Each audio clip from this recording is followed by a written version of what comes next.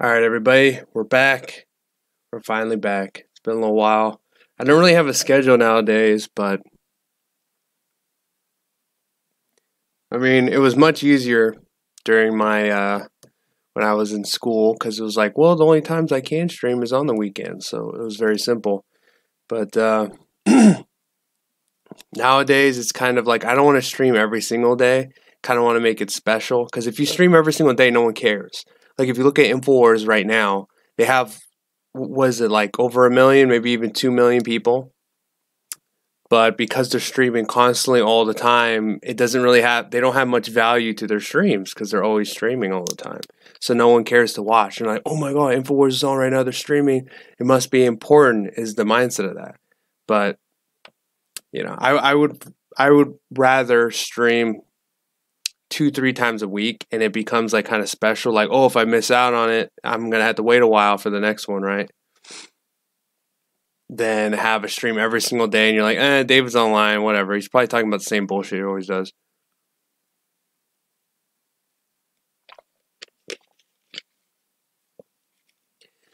Yeah, if I ever get in on Infowars, that's something I would tell them. I would say, look, you know, try to make your streams special. Try to save the streams for when things matter.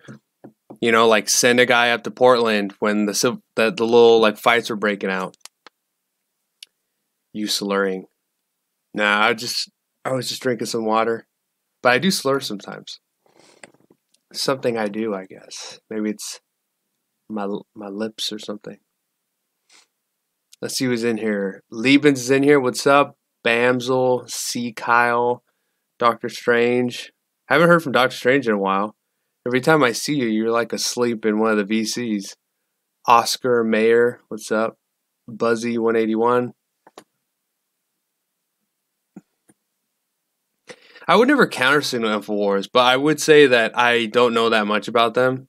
Like I agree with them on, the gay frogs, like probably the pedophilia. There's a lot of stuff I agree with them on, but the problem is and maybe this is a good thing. Maybe this is something I'm not considering, but I kind of am considering it actually. But Alex Jones has to act crazy, right?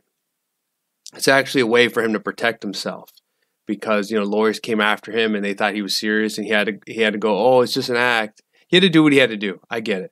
And acting that way makes the left put his face and name and his message out there more and his brand, which is only making him bigger and bigger. So I think he was just kind of like that's how he was, but he amped it up even more because he knows it's beneficial to him and the movement. And BuzzFeed they keep trying to debunk him on stuff. They try to do it on the supplements. They try to say, oh look, his supplements he sells. First of all, they try to say people that take supplements are crazy, or the ones that sell them, which is bonkers because if you know anything about the fitness industry, everyone sells supplements, and there's a lot of people out there that are taking them. And for you to call all of them crazy, that's just starting a whole different war. I mean, I would much rather have all these, they're probably all right wing to begin with. If you take care of yourself and you work out and you're independent, you're usually, worst case scenario, maybe a classical liberal. You don't see any leftists going to the gym, pumping iron, taking care of themselves. Because if they did, then they would essentially be, a right-wing person deep down. They just wouldn't understand what they're doing. But, yeah, it's just there's some stuff, it's just kind of a little bit bad optics, but I can kind of understand the strategy, why he would act the way he does. I haven't looked up and I haven't felt the need to look up certain things like let's talk about aliens or not aliens. That's a whole different topic, but I mean the reptiles in particular. I haven't looked it up. Most people I talk to, they can't really go into depth on it. And when I say that, I mean like fans of Infowars. So, David, I'm showing your stream link all over the place. Well, I guess if you do that, the comments will be pretty interesting. Let's see what you guys are talking about as well. I might only do 2 hours today. I feel like 3 hours is too much. I like it, but I think I need to wake up earlier and do like 12 to like 2 p.m. or something. Because if I go from 4 p.m. to 7, like my whole day is gone. Especially since lately my sleeping schedule's been really bad. So it's like basically do nothing, get ready, do the stream till 7, and then my day starts from there. Like, I feel like maybe I should do 2. I don't know. We'll see. I'm trying to shoot for 2 though. I'm gonna try, but if things get good, if I know within like an hour and a half into the show, everyone wants to come on all of a sudden when I already have a guest on. But if things are cool, if they're rolling smooth, I'll keep going. But if not, I'll end it at 2 hours. See, Kyle says Christians and pagans unite. I will say, from all the pagans I've ever talked to, none of them are anti-Christian. We're just anti-people that are anti-pagan. That's it. Like, I had a little buddy of mine, Alphonsus, used to come on. He used to do a prayer. I respect that. I went along with it. I didn't counter-signal it. You look at ancient Rome. It had many different religions in there. Those Christians, there was Jews running around. There was, you had, Egyptian gods. You had, like, Sol Invictus. You had, what was his name? Elagabalus. And he was an emperor, kind of a tranny emperor, and he used to worship, like, a meteor. Like, there was a lot of stuff. Pagans were very open to different religions. They just didn't want people to counter-signal their religions was the thing. That's why Socrates got killed, was because he counter-signaled their religion. That was the problem. You don't counter-signal it. You just, like, if you don't want to believe in the gods, whatever. You want to believe in a different god, whatever. But don't counter-signal our gods. If you start coming after us, we're not cucks. We're going to hold our ground and we're going to come after you. That's all it is. Like, I had a debate the other day because people were calling us heathens coming after us. All right, you want to fight? You got it. I'll pull out my spear. I'll pull out my shield. We'll do this. We will fight in the shade. But I'm not coming after anybody. Look, I'll talk about my beliefs. I'll talk and all that. And if you want to talk about yours, it's totally fine. But if you start counter-signaling me, start coming after me, and people that think the same way as I do, we're not going to cuck. That's all it is. If you don't want there to be an issue, don't create an issue. That's it. Let's see. Work harder. What's up? Happy White History Month, everyone. Well, according to a lot of like leftists, they say, oh, well, basically every month is a white history month except for like the Black History Month. So essentially we get like, I don't know how we get like 11 months or something. Henry Light, Luke Ford, what's up?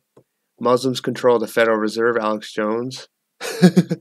I have seen that before. I don't know the context, but that is pretty funny. Let's see. Also, if you're down, I'll come on the stream today. Yeah, let me go through the topics. Let me read, interact with everybody. Once things are a little bit settled, then I'll take on a guest and we could talk about whatever.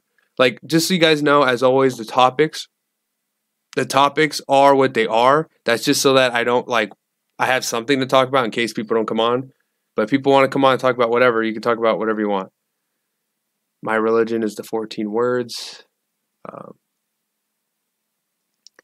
David the Pagan Chad. Eternal Entropy. What's up, Eternal? Freuja. Thank you for the thumbs up. Stormageddon. Make history. History books. Those are weird things. I took a class and the professor wasn't taking a bias or anything. He was kind of like, look, most of history is just propaganda. Like, honestly, we don't really know what the actual history is on things. Just so you know, some of you guys are saying some I'm not going to read everything you guys are saying. Let's see. You were right last weekend. The drama infighting needs to stop. Yeah, I agree with that. But at the same time, I do think, though, if we don't talk about these issues, they're not just going to go away. People aren't going to suddenly just change their beliefs. I think what we need to do is we need to have both sides. They need to debate, and then after that, come to some sort of agreement, and then we can move forward from there. But if we just ignore the issue, it's going to turn into an even bigger issue. At some point, it's going to boil into something. If we just try to let's just not talk about it. It's kind of like what happened with immigration. Let's just not talk about it. Maybe it'll work out. So I think, we need to have a respectful debate on these things. David, why don't you talk about the Young Turds instead of Alex Jones? The Young Turds. I don't really watch the Young Turks. The only thing I know is like that Chink guy. Like they're a bunch of they're Turks and they don't talk about the Armenian genocide or something like that. That's all I know is they're kind of like Bernie supporters. So I guess they're better than like CNN and establishment news. I mean, actually when Cenk debated Ben Shapiro, he did say that he was against money in politics, which is something I actually agreed on. And then Ben Shapiro was like, "Oh, well, you can't tell people like how they should spend their money." And it's like, dude, like I get what you're saying. This whole like freedom, you can't tell me what to do with my money thing. But let's be honest, if you're pro that, billionaires are just going to control the elections. They're going to control who wins and who loses. I mean, there's a chance that someone else could win. Obviously, we had Trump, but he had a lot of money too. Like it comes down to money at the end of the day. And the reason why our politicians are corrupt is due to them taking bribes. It's due to money. So that's why like super PACs, or you have foreign influence, or you have, like in the case of like, you have lobbies like APAC that will say that they'll help politicians if they support them.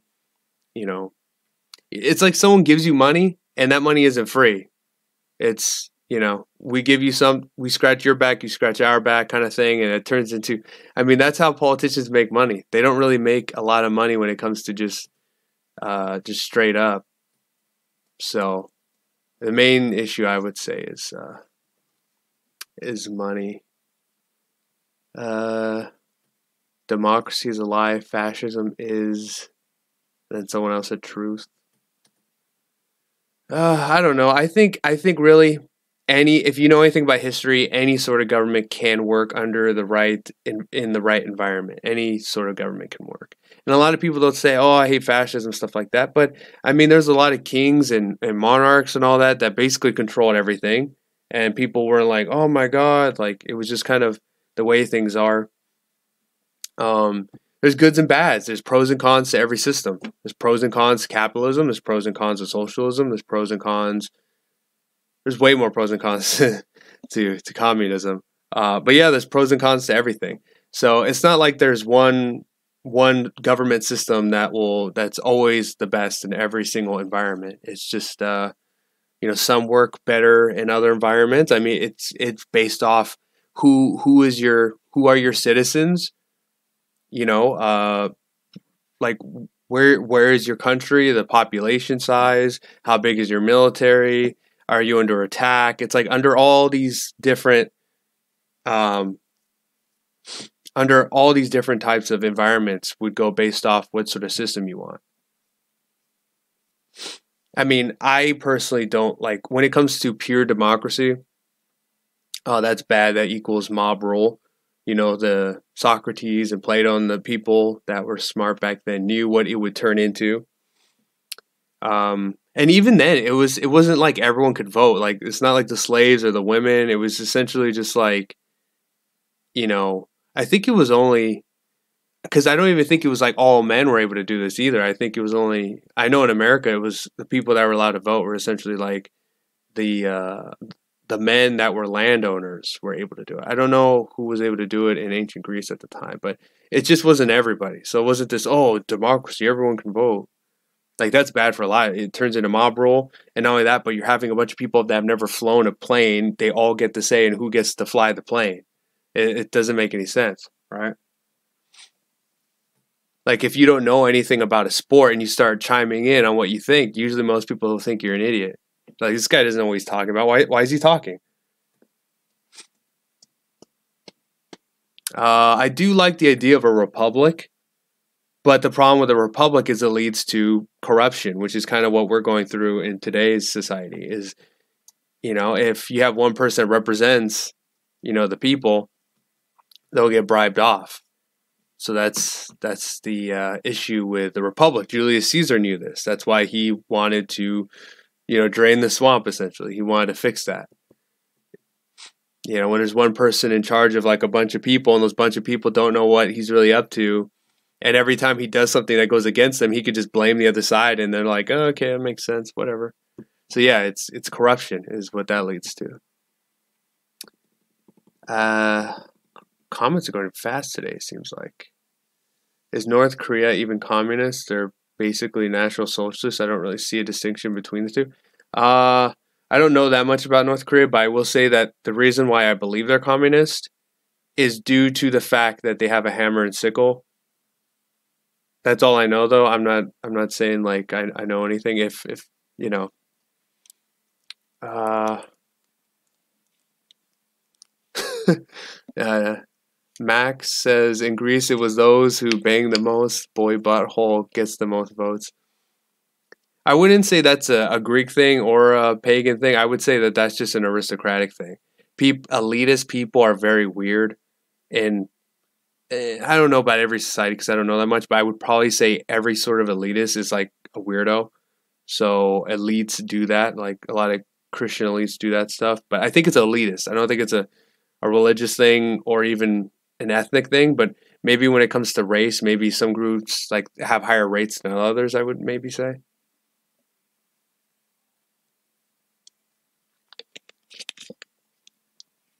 Monarchy is the best in my opinion.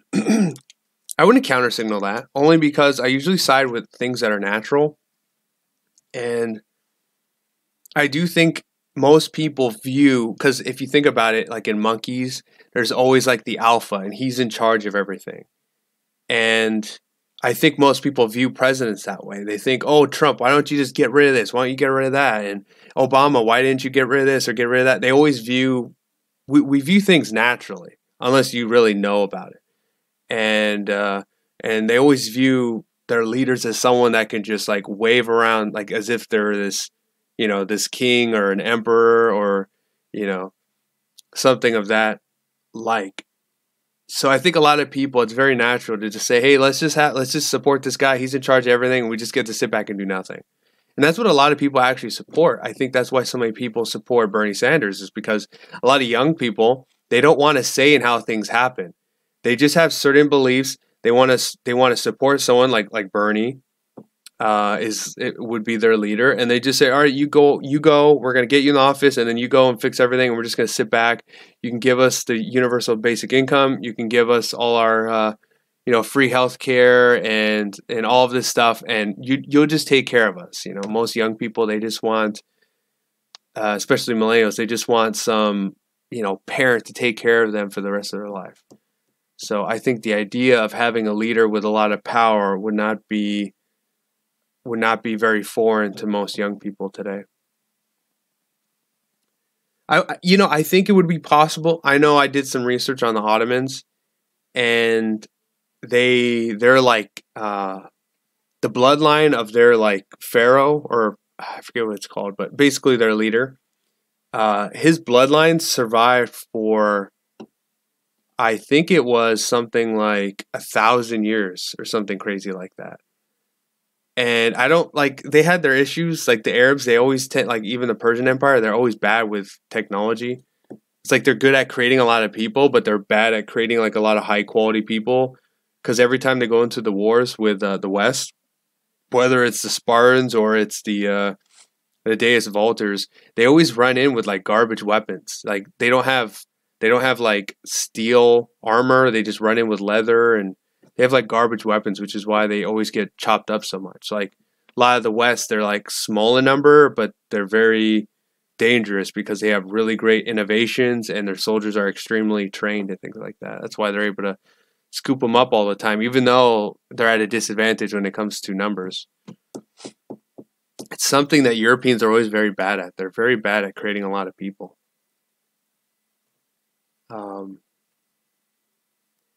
Who saw the Super Chad wreck anti FGT in Portland? I saw that. I think I know what you're talking about. You're talking about that the big Proud Boy guy that threw the right hook, landed right on the Antifa guy's chin, and he just got knocked out. Someone said something on my Facebook, and they said that the guy who got knocked out, he's in the hospital right now, and he has like, his brain is bleeding or something like that. I mean, look, these people want to stab and kill us, so, literally that was a war. You could say what you want, but that was a war. Like, you had 50 people who believed in one thing versus another group of people, like another 50, that believed in something else. And they ran at each other and started fighting. Now, did people get killed? Was it crazy? Or did the battle even last that long? No. But that's essentially what my definition of a war is. And that's what happened. So if you get knocked out, and the guy had a weapon too, by the way. He tried to hit him with some sort of it looked like one of those police kind of weapons. Proud Boy blocked it and then came over the top. So obviously that guy was just most of those guys are soy boys, never been in a fight. He just probably thought, oh, if I wave this, he'll back up. He did like karate, block and then counter. Boom, one shot, one kill. Or one punch, one destruction, I think is how they say it in Shotokan karate. He was hospitalized, and the Chad was detained and released. White victory. That sucks. He was detained. It's a good thing they released him, because when I was at Battle of Berkeley, people got they got full on arrested. So, Big Cat, Kayla's in the house. What's up, First John? Yura, haven't seen you in a while. Fuck them. They want us dead. What's there to be sorry for? I'm not saying I'm sorry. I'm just, I'm just laying out the pieces. I'm like, screw them, If that guy had the chance, he'd be bashing my head in. So I don't really care what happens to him. Kayla, you supposed to be studying? Oh, yeah.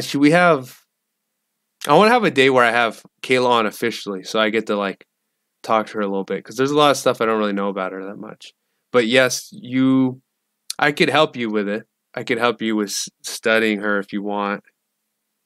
Because remember, you have to study the person, and then you have to study whatever you're debating about. So it's like two different things. You're not only just talking about whatever you're talking about, you're also talking about them. There's two things you're talking about here. So you have to remember it's a twofold battle. MK Ultra, what's up? John Lidsy's in the house. I wonder if I should have our token leftist on today so we could talk about stuff. I'd really like to get his opinion on the Portland battle. I think it'd be pretty interesting.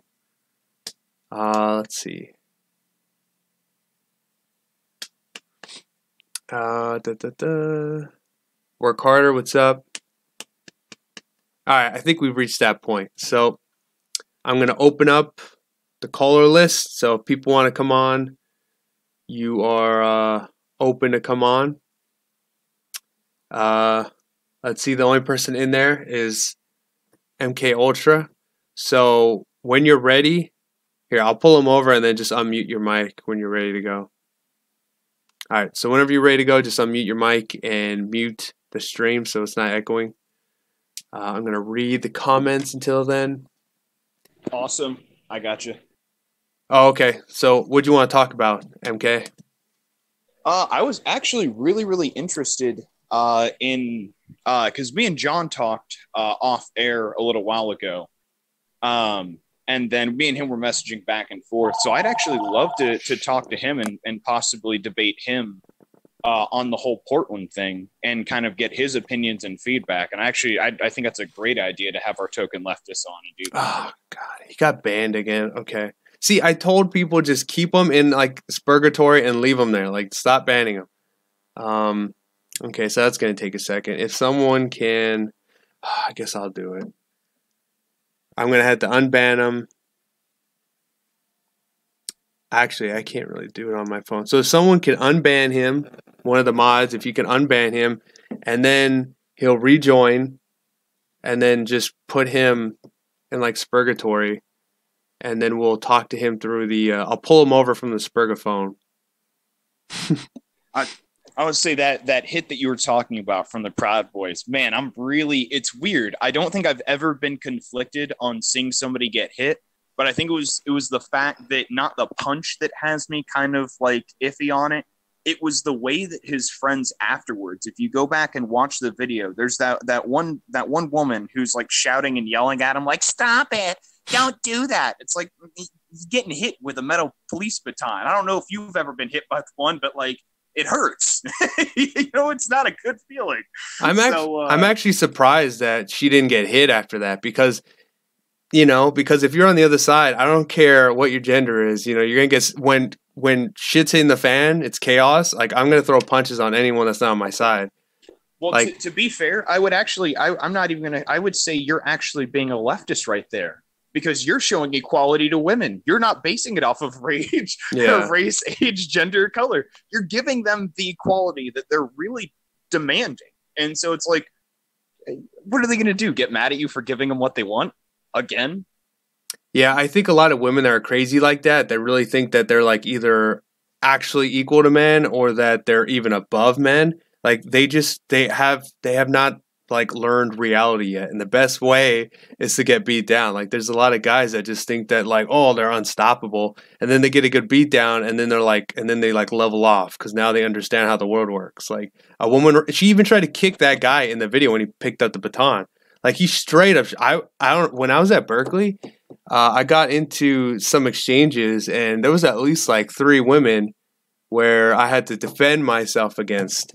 So I'm totally for all that equality. You know, if you're a woman and you're on the battlefield, you put yourself there. For feminists who say that like women on the battlefield don't exist, excuse me, but obviously you fucking faggots forgot about Joan of Arc, who went and kicked shit to hell, literally in Christ's name. So, fuck yeah, take that, feminism. Yeah, and also, did you see in the videos there was a bunch of green hat lawyers around too? I think a lot of people forgot about that and what they do.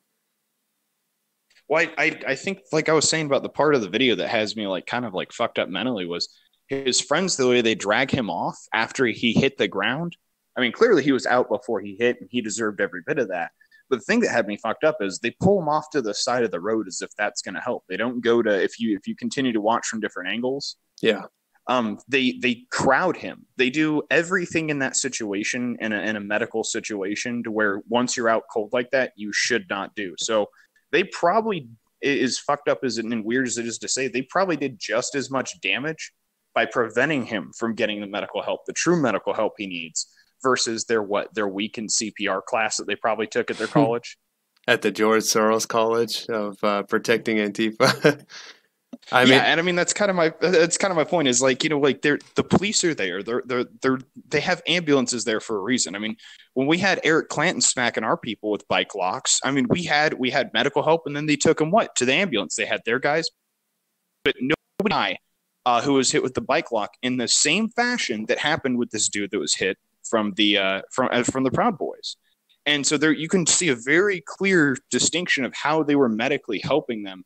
And that drew a really big red flag because I don't want to see anybody on either side after they get a hit like that immediately get crowded and the help that they could possibly receive to get, you know, once they got that you're knocked the fuck out moment over. It's like, well, if you prevent them from getting medical care because you're too scared to unmask their face, you could be the cause of that person's death.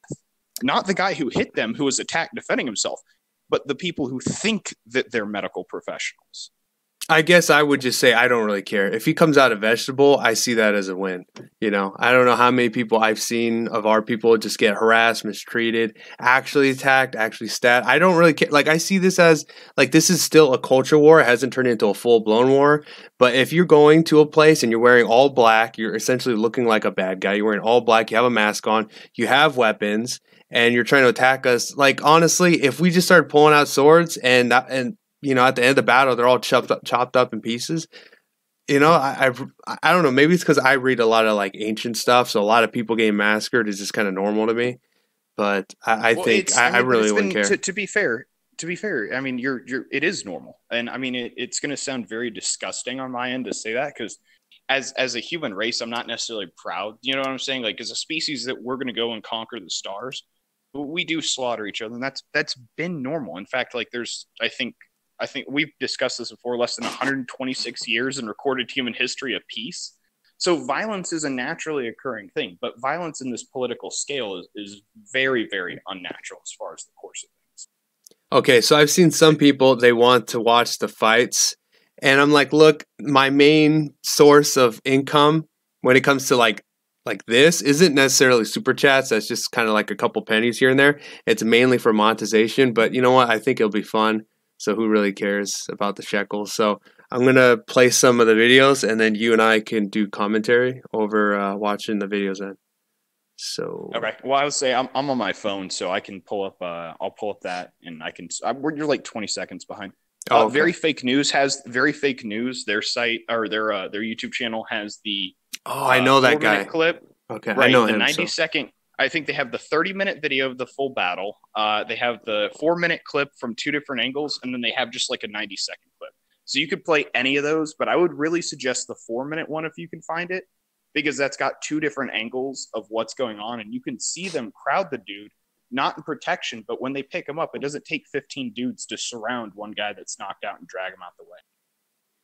Yeah, and if they're surrounding him like that, I feel like they were taught that. Like, in case when he gets knocked out, this is what you do, because it's just all prepared. Everything they do, you know. Well, like, and my thing is being in the hood, and I'm with you with that. Like, having lived in the hood, like in Houston long enough, it's one of those things where, yeah, that whole group mentality that comes from when you are instructed to jump a person. If you watch two dudes square up one-on-one in the hood till somebody jumps in and somebody gets knocked out or something like that, you don't see a whole group of 15 people surround the person and try to protect the body. That only happens when they're trying to do a situation where they're jumping you.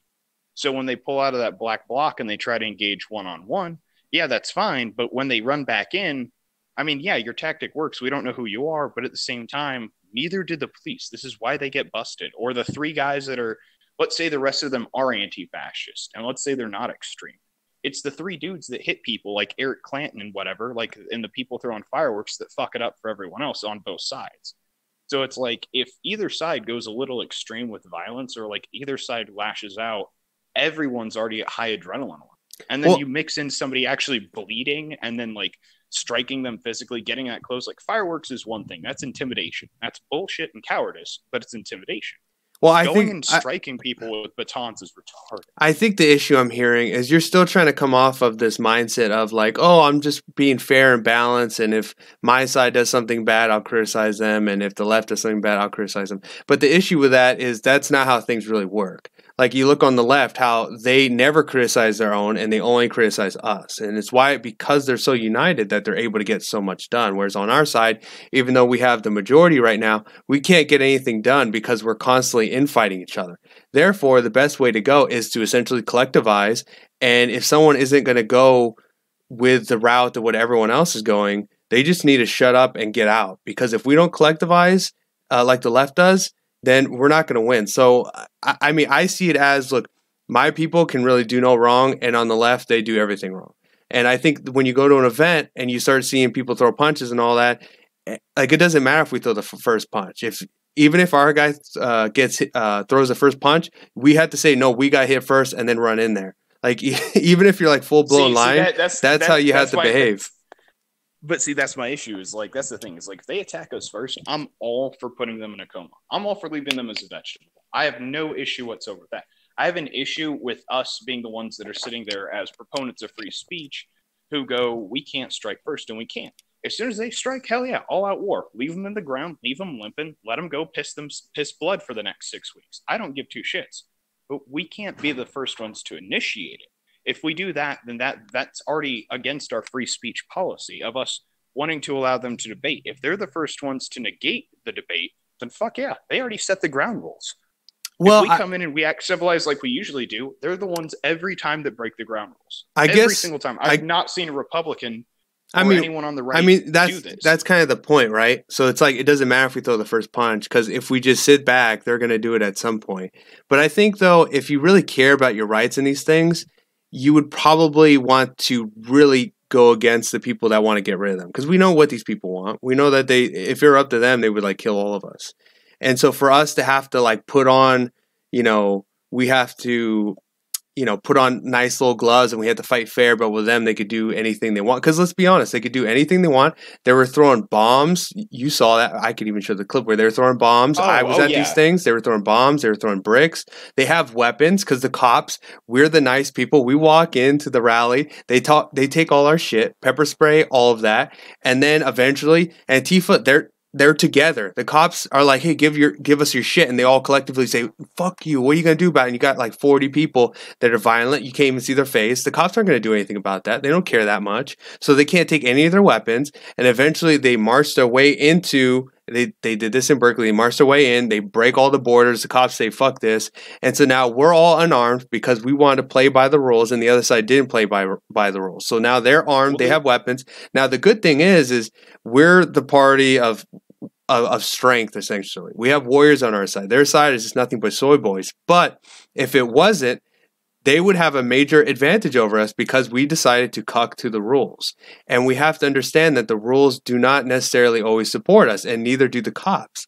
The cops, a lot of them are against us, or they're just going to wage cuck. All they care about is getting their money. They don't care what happens to you. They might even think the same way.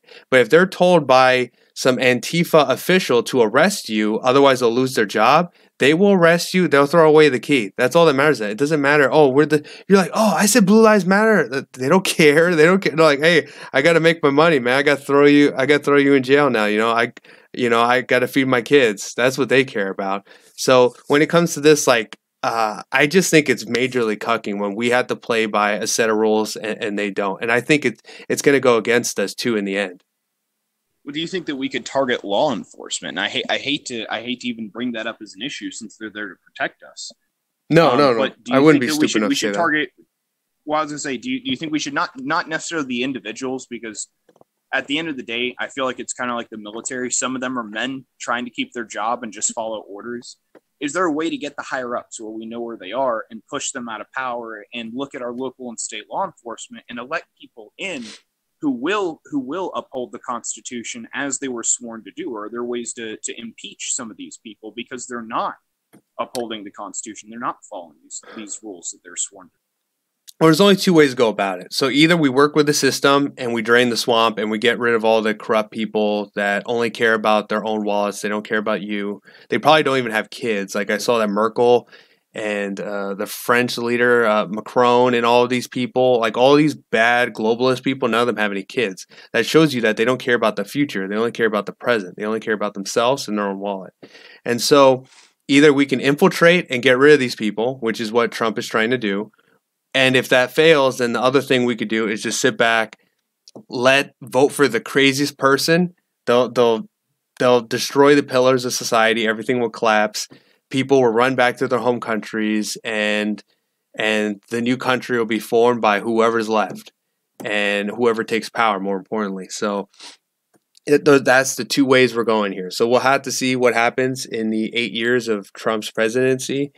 If we're still caught in this, like it's still sort of like 50-50, the left are still pretty powerful, then I think the left's losing its power with all the atheists that are moving over to the right because, atheists are getting shit on by the left right now. I think white women atheists are about to realize atheists. I have a lot of friends who are atheists. White atheists?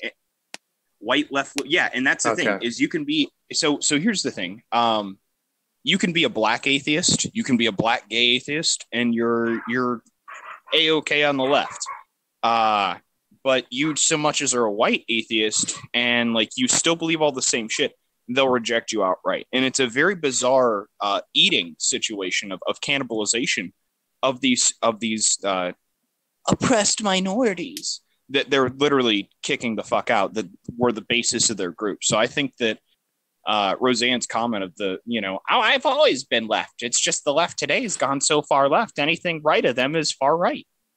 And I think that's very accurate. And I think that you're right. There are going to be 8 more years of Trump because this is just, if they lose the white women, if they lose their middle-class audience, who are they going to have? 5%?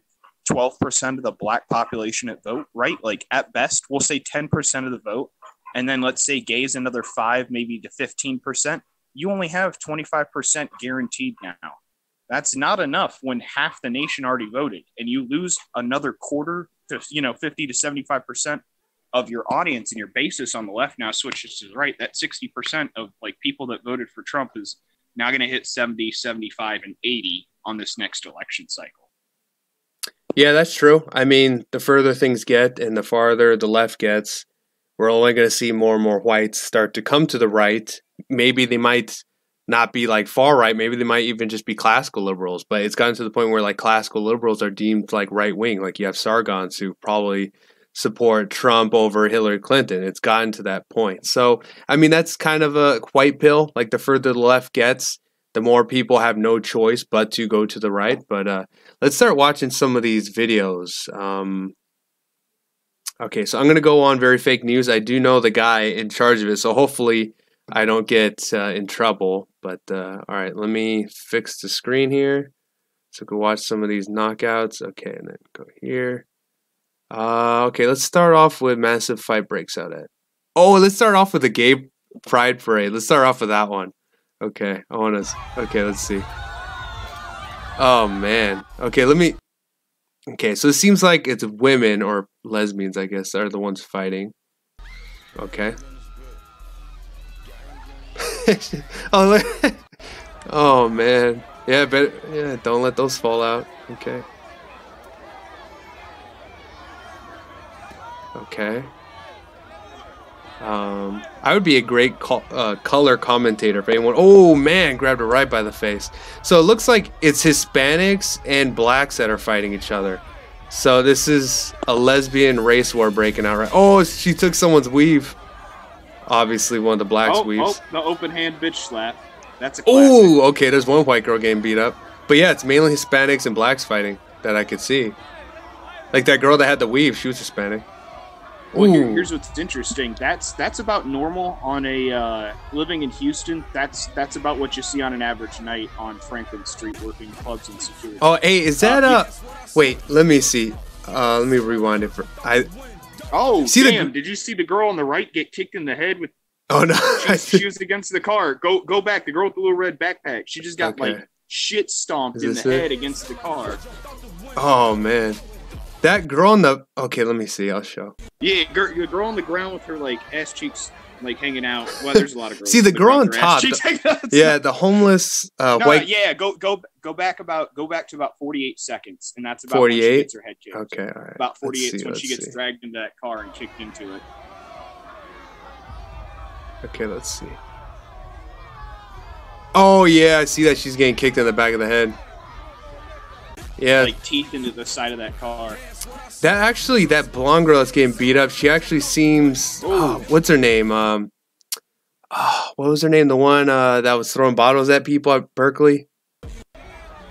Forget her name. Oh, Smugly? No, it's not Smugly Puff. I want to call it Smugly. Oh, now she's getting some shots in. But she doesn't know how to, like, pull her arm back. See, that's how you... Okay, see, these are some decent punches. I guarantee you most of these girls are breaking their hands, though. Fantastic. Awesome stuff. Jeez, you know, the scariest thing about that, though, is you have to really, like, in any gay fight, watch out for the poisonous blood that's going to shoot all over the place, you know? As a DJ, I'll be honest, back in the day when I used to be, just, you know, be an idiot, I was DJing at a gay club, and I didn't realize it was a gay club. And I'm telling you, it was some of the most hilarious fights broke out. But as soon as blood spilled, dude, everyone cleared. I mean, I left the decks after that. I was like, no infection here. Not getting fucked like that today. Yeah, it's just herpes and HIV flying all over the place. But I mean, it was hands down. If I could have put that on TV and recorded it, that would have been better than the Conor McGregor fight against the black dude. What's his face? Isn't George that so strange? Or whatever the fuck his name is. Yeah, Mayweather. But isn't that so strange that, like, if you look at the domestic violence when it comes to gays, it is like, it's the highest. It's the highest. And yet, whenever you think of domestic violence, you think of some like white guy with a white beater on, beating his wife. But no, it's actually two hippie gay guys. That's what it is. And to be fair, a lot of club owners are gay, and I have seen them like beat the shit out of each other worse than some people in gangs. Well, because it's like in a straight. It's crazy. Yeah, it's just the chances of a man fighting a woman are very low. very low, because we all know that if a man strikes a woman, that's going to be devastating. Whereas if two girls are fighting, each punch, like if you ever watch MMA fights, they can punch each other constantly. They don't have any power. Like it really takes a lot to really knock out one. Like usually like a leg kick. That's how Ronda Rousey got knocked out, because she got hit with a leg kick. But when it comes to upper body strength, they don't really have anything. But I gotta. The only part I'm gonna disagree on is that the only case with the MMA thing is the transgender that was in like that MMA group that literally just completely brutally beat the shit out of everyone. It was like a man that changed into a woman, and I'm not gonna call it whatever. Look, I will say this: if I ever go to jail for a long time, I'm straight up turning into a woman. I'm not stupid enough to be like, oh, I'm a fucking dude walking in. No, I'm gonna switch. Give me some estrogen. I don't care if I'm ever going to jail for the rest of my life. It's the first thing I'm doing is I'm switching. Okay, so let's talk worst case scenario, right? Like let's just play the what if game. Mm-hmm. Let's say you're protesting and like for some reason the country's laws change or some shit and you get a Tommy Robinson pulled and you're arrested for a year for recording. Just some bullshit like that. What are you doing at the year to 2 year mark? Does your mentality change on that? Does it change at the 5 year mark? Or if you got sentenced to 10 or 15 years, you're like, fuck it. I'll pretend to be a female for a decade and a half. Well, it's like if I let's say I somehow get framed or something and I go to jail for the rest of my life, like it's done, it's a done deal. Then I would consider doing that, because I'm like, I'd rather go to jail with a bunch of women around than dudes, because obviously guys have done it. You're like, guys have done the it. Strongest one. Well, guys have done it. Guys have. There was a guy that straight up switched, and they threw him. What was that? What was that guy? He's actually running for something now. He was in the military, and he switched his genders, and they had to put him in there with the women. But what I'm saying is, in a long case, like, oh, I'm screwed. Like, I'll do that. But if it comes down to like Tommy Robinson's situation, where there's a good chance he might be let out, or he won't even be in there for like a year, I'm not gonna do that. But if it's like, if it's like be there forever. What if you're looking at what if you're looking at 5 to 15? Like that's the minimum mandatory sentencing of like you let's just say holding a podcast like this or an open format show. They're just like all of a sudden the internet police became real and they were like, 5 years, 15 years for this. I don't know. I think I might be able to just even not even take the pills. I could just identify as that and maybe put on a wig and I'll be good. Probably. Like, I don't even know if I have to even actually full blown. Like, maybe you could just identify as it and just look exactly like a dude. Yeah, maybe you don't gotta lose your dick. Maybe you could just bang chicks in jail and just lie. That's that's every guy's dream. That's what that what was that guy's name? The Kardashian dude? No. What was his name? He cut it off finally, but he had it for a long time and he was dating some 20-year-old and he was banging her. So Bruce? Whatever. Bruce Jenner. Yeah, he had a dick for a long time and he was dating some 20-year-old chick. So he was giving it to her even when he identified as a woman. Here's what I don't understand, because the way anatomy works is there's no such thing as chicks with dicks. There's just dudes with tits. Let's be honest here. It's a little fucking weird scenario. And it's what would cost somebody also do the gold medals of Bruce Jenner transfer over to Caitlyn Jenner? Because Caitlyn never competed in no motherfucking male Olympics. I don't know, but Caitlyn Jenner would probably actually have more gold medals, considering that Caitlyn Jenner would be competing against women and not men. So Caitlyn Jenner could be the greatest women athlete of all time. Well, you've heard of in Texas the women's wrestler, the transgender high school wrestler, right? Oh, I hear about that crap all the time. Transgender sprinters, wrestlers. I think there was even a case of an MMA fighter. The wrestler set I think 5 or 6 Texas records for women's sport. Yeah. That's just ridiculous. I mean, it's a smart move. I mean, we live in such a retarded world that if you're you know what, instead of fighting this shit, I'm just going to go along with it and I'm just going to make money and get some fame out of it. And you're like, all right, I switched. Put on, I don't know, you put on a wig and then you're throwing girls on top of their heads and you're like, I'm the best. And if you're against me, you're a bigot and you're this and that. You can't say anything against you. That's how crazy our society is. I feel like this is just I don't know. I feel weird at 27. I just feel like maybe I just smoke way too much weed and I zonked myself into a South Park world, because that's what this feels like. Is like the Onion News became the real news media, and South Park have been writing the narrative for everything that's been going on. Yeah, up is down is up. So let's watch the next one. So we saw all the Whammons fighting each other, or things that look like Whammons. So the next two, the next one's 10 minutes, and the one after that's 27. So I'm probably gonna have to skip through it.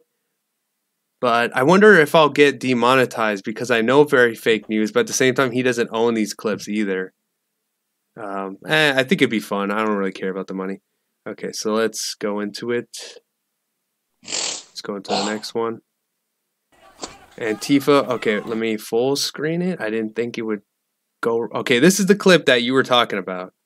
So it is a little delayed for you, but try to react when you can. So looks like there's a group of Antifa. It's too bad you guys can't see my cursor. Well, but see, so we can see the Antifa. The police van on the right doesn't come in quick enough, in my opinion. Already seeing that they have weapons out. There's 1, 2, 3 batons that I can count just on the left side. I don't know what the guy in the checkered shirt on the back right out of the 5. Isn't that interesting though? That white van, does that have cops in it?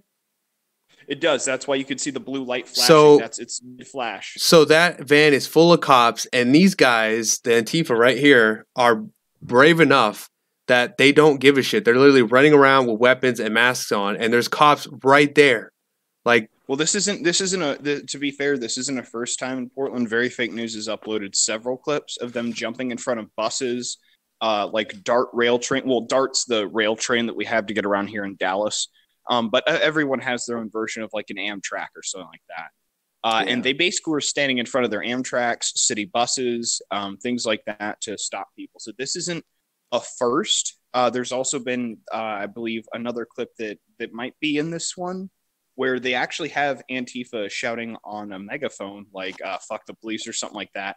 And then the riot police pull up right behind, and like the guy doesn't even have time to say it like a third time before the cops are on top of him. Right. All right, let's see this clip because this is the one you were talking about too. I think this is the famous one that really exploded, so it's going to be quick. Slow that speed down to a quarter speed on that punch, though. Pause it right before, and just slow it down to half. Yeah, I'll just. I could slow it down, but there's a lot in here, so I'll just replay it when it happens. Okay, so here we go. First guy gets knocked out. Tries to hit, block. Oh, there it is. They already slowed it down. All right, awesome. Whew. Let's watch that one more time. Okay, here it comes. Block, counter, which was he took that hit to the arm. He definitely took the full brunt of that. It was worth it though. That wasn't his head, which he was aiming for. His glasses. Oh, I don't know if you can see his glasses swing off. Well, when his glasses go flying like comics, like some cartoon shit. Yeah, when your head hits the ground after getting hit like that, everything's gonna go flying off. He got hit when he got hit in the face. That's when the glasses came off. Was as soon as it made contact, it pulled the glasses right. Oh yeah, it was kind of a weird hook because he threw it and then the guy backed up, so he had to kind of step forward with it and then turn it into like a forward right hook instead of like, just like a backwards hook. So it was kind of weird. Okay. He should have stepped into that punch, slowed it down. Yeah. Oh my God. Okay, so if I don't have, you guys can't see my cursor, but to the right, if you look at the crowd, go all the way to the right, and you'll see a guy with a beard, and then he has a wig on. He has a wig on. I don't know. Golden wig, yeah. I don't know if he's got a striped dress. The American. Yeah, I don't know. I just noticed that. I don't know if that guy is like trolling, or if he's because look, there's a lot of trannies for Trump, so it's like, okay, I will take your vote, but like, I still think you're weird. So I still think you're mentally deranged. Yeah, that shit crazy. Yeah, I'm still throwing you to Daddy Pence, to fix you up, give you some some treatments. All right. Actually, we'll just pay him to work at Walmart. We know the registers don't even have more than 2 lanes open, anyways. So Cott's backed up, and then people just started getting courageous enough to run out there. People are getting things thrown at them.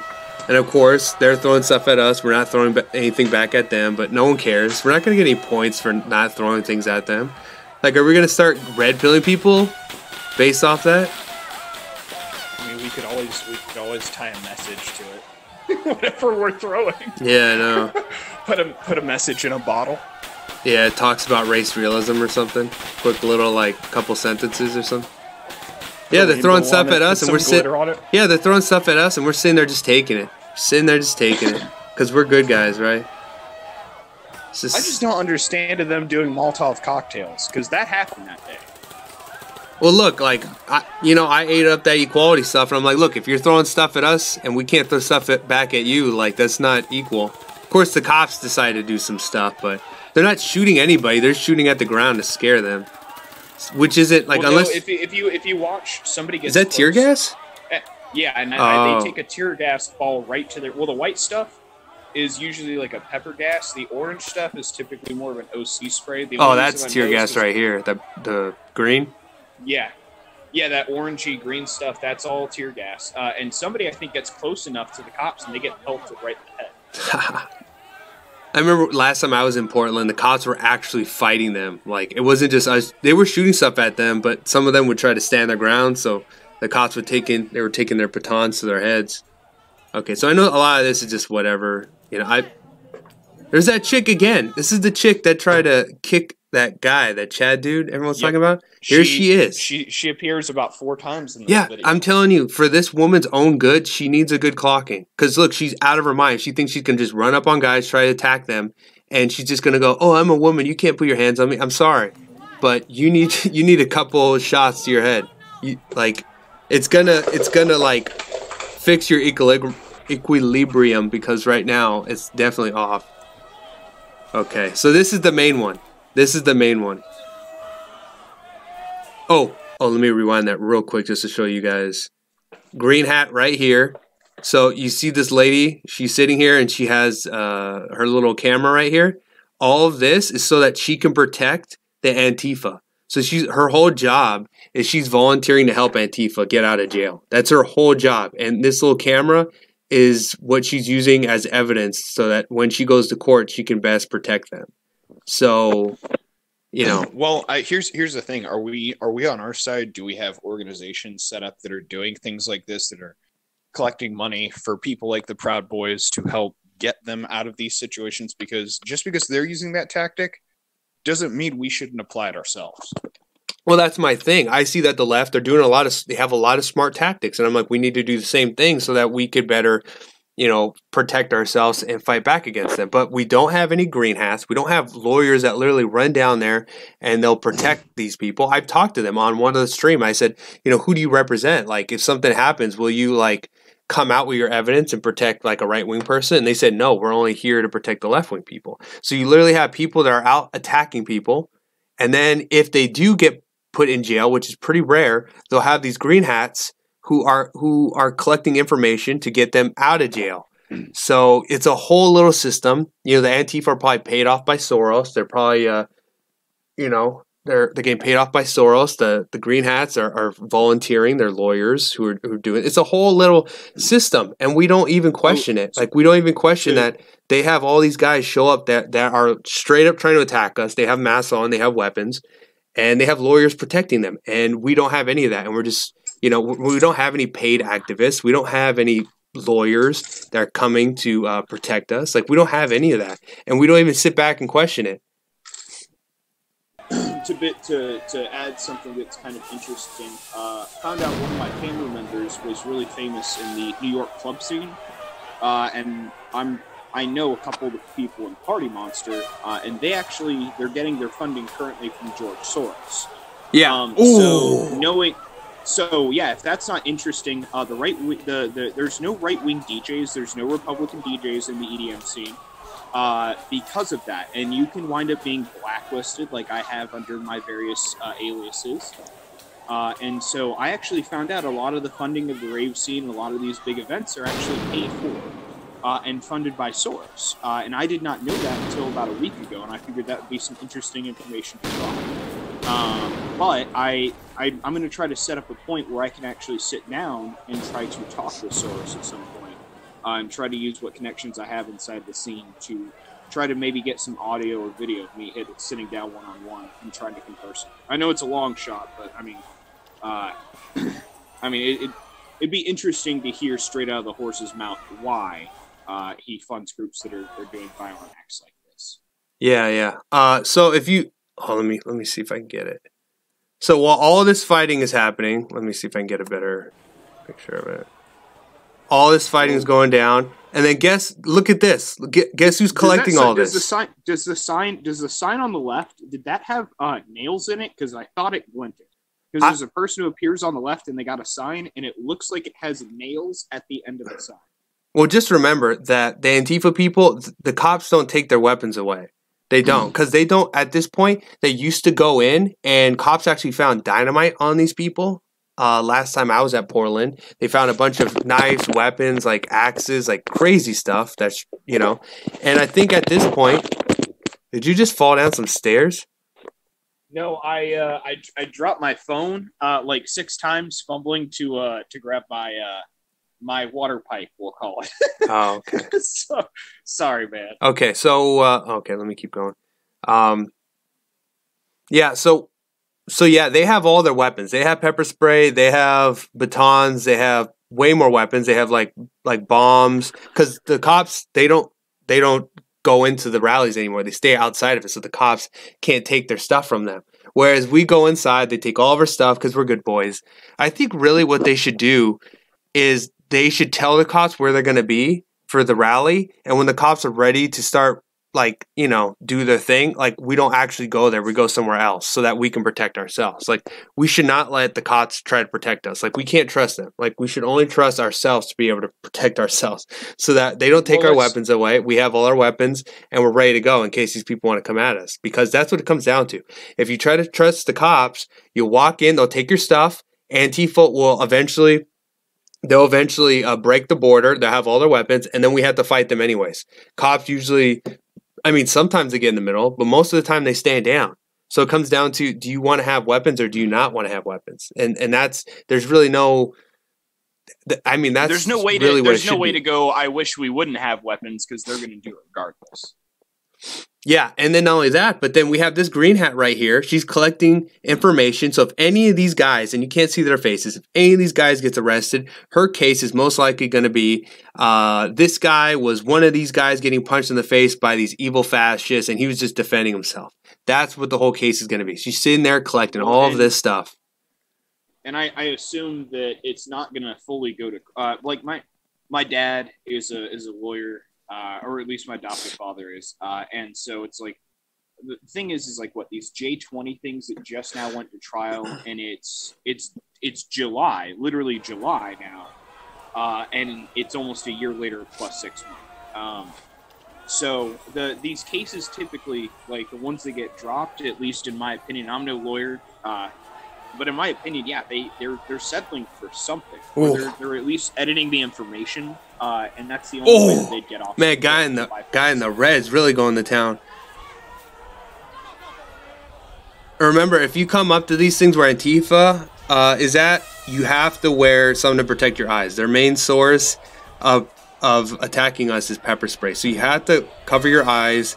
They have a bunch of them, and they have weapons, so you don't want to get hit over the head. So probably have a baseball helmet and something to protect your face, your eyes, nose, and mouth, because pepper spray can get into all that. Also, I would suggest, so there's I don't know if you guys know about this. You know the reason that Antifa uses bear spray, right? Bear mace. Well, that's the worst kind, yeah. Well, okay, so in prisons, the reason that OC spray was developed, and same with the military, is because after being maced a certain amount of times by regular mace, your body will actually build up an immunity to the peppers that are in it, and it will build a complete resistance to it. So there are actually prisoners who can take the OC and bear mace spray straight to the face because they've been maced in their cell so many times, and they've built up a tolerance. Now, I'm not suggesting anyone spray themselves, to build up a tolerance, but to be fair, there are things, instead of getting hit with that, there are things that you can do that would give your body the same effect. And I'll have to link it below, but there's an over-the-counter medication that you can take that you can spritz on a or on a cloth, to put over your face, and what that does is negates completely the effect of pepper spray. So if you get that shit in your eyes or you're on your face, you wipe it off with that, and it immediately stops it right there. Yeah, look at Antifa. They're just like eyeballing the right. Like, these guys are such fucking pussies. And every single time the cops are right there, probably to arrest our guys when we defend ourselves. I swear, if I had more money, I'd just go to a youth protest and just be like, hey, let's go have fun. Oh, here's this woman again. Look at her. Again, sitting there. No one does a damn thing. God, man. I'm telling you. This is the way too fucking nice. Shot. This is the third or fourth shot in 7 minutes. Oh, damn. Some fight's going on. Oh, some green hair. And all the police are right on the side of that van. And so that they're the ones who... Yeah, so that van we saw, I guess, at the beginning, was probably the same police van. Oh, and then here's that clip again. The fighting breaks out. Here comes the brain damage. Boom! There goes the glasses. There goes your $3 glasses. No. What? Oh, I would have popped her. I would have popped her right there. She tried to attack me. Boom. I'm defending myself. Yeah, I would have just swung at her knee and just busted. Remember, they scream while they strike you. You do the same thing. You throw first, and then you scream self-defense. That's what you do. You know what we need? We need to collectively go online and massively 3D print these things called Aztec death whistles. And the next time we go and march or some shit like that, we just blow these whistles, and they literally sound like people screaming and being killed.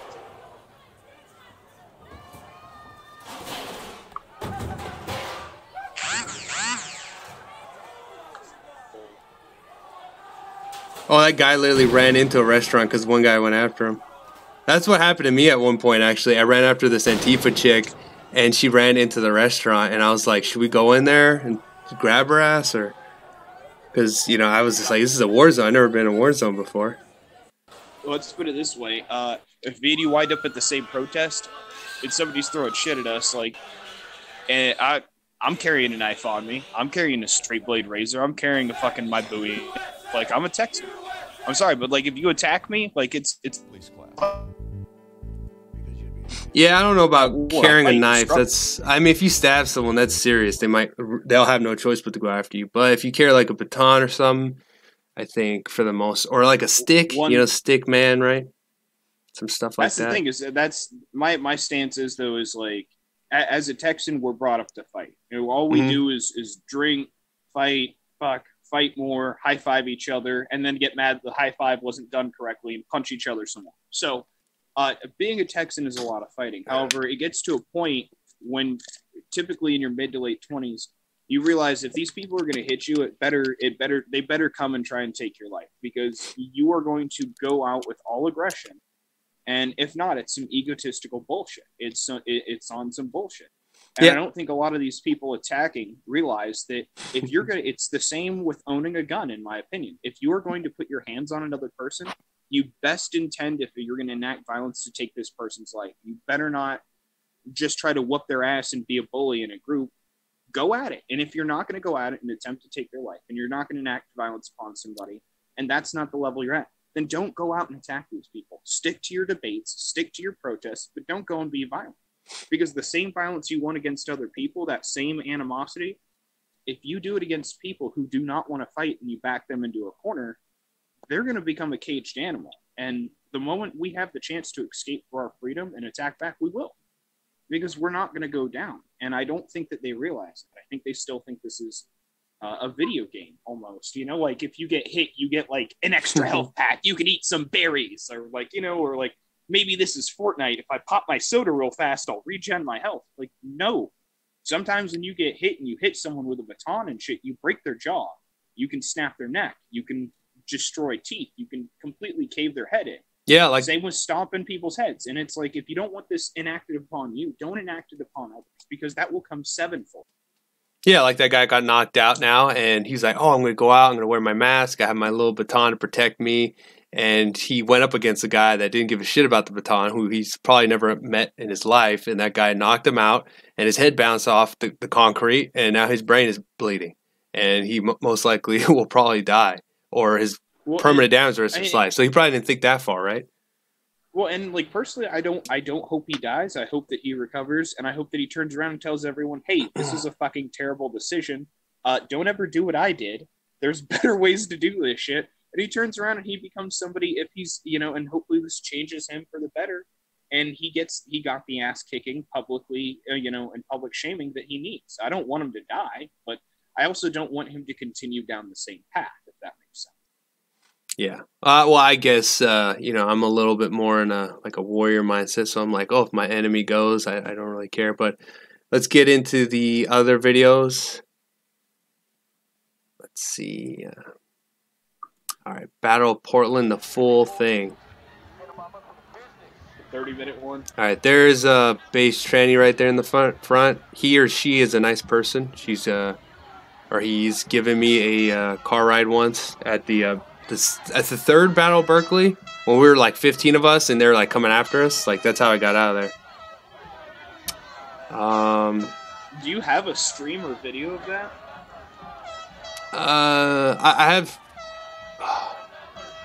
I have. I think it's on Facebook, but when I jumped in the car, I ended it. So I think I ended it, or maybe I didn't. So as like, I guess this is weird. I guess while we're waiting for shit to happen, how was it going in there being on pure definition independent news and independent media, trying to form your own opinion and get information out? How was going in there and then all of a sudden being targeted when you're predominantly an observer? I didn't get targeted at one point. Or the first time. At one point, one guy recognized me from the first Battle of Berkeley, where I had that Crusader outfit on. One guy recognized me, and he started to try to get people to come over, and I wasn't stupid enough to stand my ground. I was like, fuck. I got out of there before they could start to mob up, because they have no power individually. They're all a bunch of weak soy boys. That's why one-on-one that guy got knocked out in one punch. But they do have power, and in the way that they'll come after you in like groups of 5 or 10, or they'll come after you in back doorways. Like they'll try to dox you, they'll try to harass you, they'll do little scummy things. They don't have the strength to actually confront you, but they'll do these other things. But it's just kind of one of those things where it's at one point, actually, one guy knocked my camera down. It was so weird. He like knocked my camera down and then straight up just turned away and just started walking off. And I'm like, dude, I'm going to pick my camera up, and if no one's around, I'm going to hit you as hard as I can in the back of your head, and I'm going to keep going. Like you just assaulted me, so now I can do whatever I want. And the thing was, right before I was about to get him, and then I could hear the cops right behind me. So I was like, all right, I'll let the cops get him. But they must have released him because he wasn't in the list of people that actually, went to jail. Yeah, so that's, if the cops weren't there, I would have been able to get my justice. What I find interesting is that the police do not help you guys. And again, I haven't been to any of these protests yet. So to be upfront, I don't know. I can say how I might react in a situation, but I don't know kind of thing until I'm there, and I'd rather be honest about that. With the FBI, as of last year, classifying Antifa as a terrorist organization, how are the cops not stepping in for domestic terrorism? That seems a little off. Well, this is a situation we're in where all the things that are supposed to be protecting us are essentially cucking because they're afraid. And, that's everyone's either wage cucking or they're just afraid of losing their job. So no one's really doing anything. I mean, we have crowds of guys with weapons, with masks on, and somehow these people aren't being located and arrested in the dozens, I don't. And this is just Antifa. This isn't even like, honestly, these people are nothing compared to if you go down to downtown LA during one of the marches, because all the people there that hate Trump supporters, like the Hispanics and people like that, those ghetto people, like they're more of a problem than these like cucky ass white people who are probably being paid off. Well, okay, let's say they're not being paid off. It's like, I'm still on the side of, I feel like we can win them to our side. There's a right way to do it, but it's just like getting them to even listen seems like so much of a problem. And it can, like, every time you try to bow to them and even give them an inch so that you can have a conversation, it seems like they want to take a mile. No, I think they're completely paid off because it's too organized. Like they show up to stuff and then these lawyers show up and it's this whole and then you look online and it's like asking for people to like, to protest. There's jobs all over the place. They're getting paid decent money. It's just too organized. My argument, and again, if I'm wrong on this, but I'm just trying to give you my perspective to try to understand. It's weird because like I see that and like I agree with what you're saying, but then the idea of like at the same time these Democrats are the same ones that did community organizing for going on 40 years, basically unchecked by the right in almost every aspect. So it's like they may already have after like let's say 20 years as a generation. What I'm saying, like of ideology, really just what I guess for the sake of the ML Ultra name, like indoctrinate into these people from that moment they're in the ghettos, the communities. This is what they're taught, so they don't know any better. So their organization might be to defend the bullshit they've been fed that they think is right.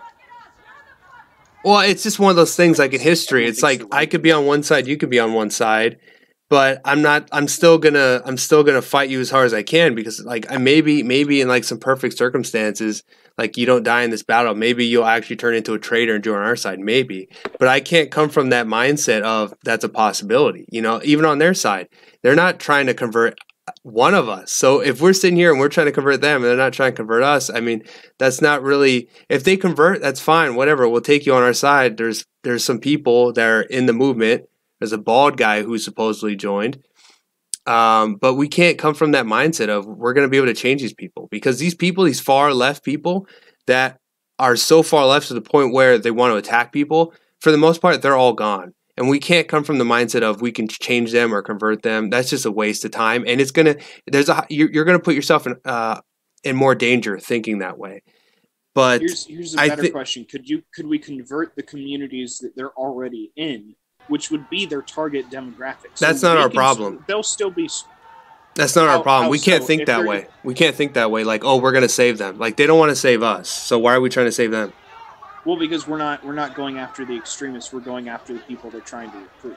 Well, I'm talking about extremists. So if you're willing to come to things and attack people, you're gone. Like you should be like that guy that got brain damage, his brain's bleeding. That's what we should aim for all of these people right here.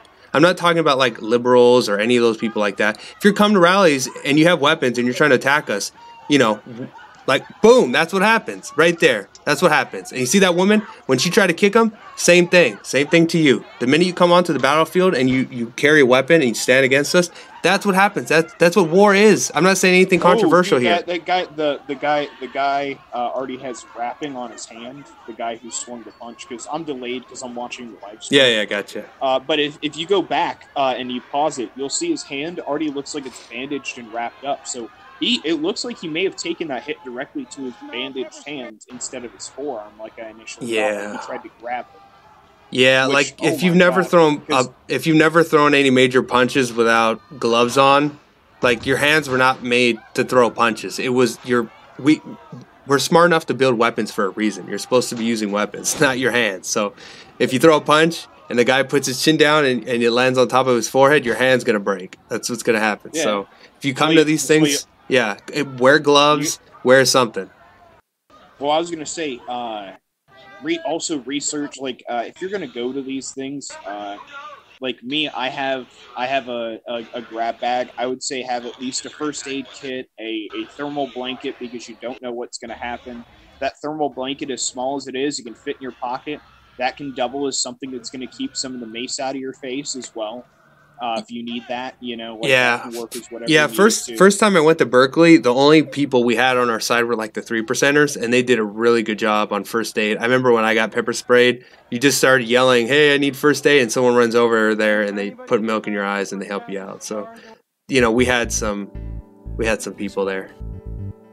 Yeah, I was gonna say, I think if I got a medic bag, I have some medical training. I definitely need to undergo more and actually get a certification, which is why I won't ever offer medical help to anyone. Not for the sake of being a selfish cunt. It's just I don't want to offer improper help and make a bad situation worse. Yeah, I want to say Mike Ferentz and especially Arthur Schapper. People, I know, look, a lot of people don't like him. You know, like in the alt-right, they dislike him because he's a civic national and all that. But I have to say, out of all of the people, everybody, he's done more work than anyone. He's out there every single day. He's at the little stuff. He's at the big stuff. And he was at the Battle of Berkeley, the one where like only 15 of us showed up. It wasn't, we couldn't protect ourselves. Like it ended up being a bunch of people started running in different directions. And then we found out that Arthur ran in a different direction and they went after him. Like we're talking, they stole his cape. They stole his hat. I think he lost his glasses. He had to run away. I don't know how, but he ran blocks away to a gas station. They eventually cornered him. Whole mob of them cornered him. He was sitting there. He didn't know what to do, so he had to pray. And while he was doing that, they were spitting on him. They were throwing confetti and stuff on him and glitter and all that garbage. And somehow, maybe it was due to him praying, but we somehow were driving by and I saw it. I'm like, there's a group of people over there. I think something's going on. We should probably check it out. And eventually Arthur was there and we told him to jump in our car and we were able to save him. But people don't like him because I get why you guys don't like him.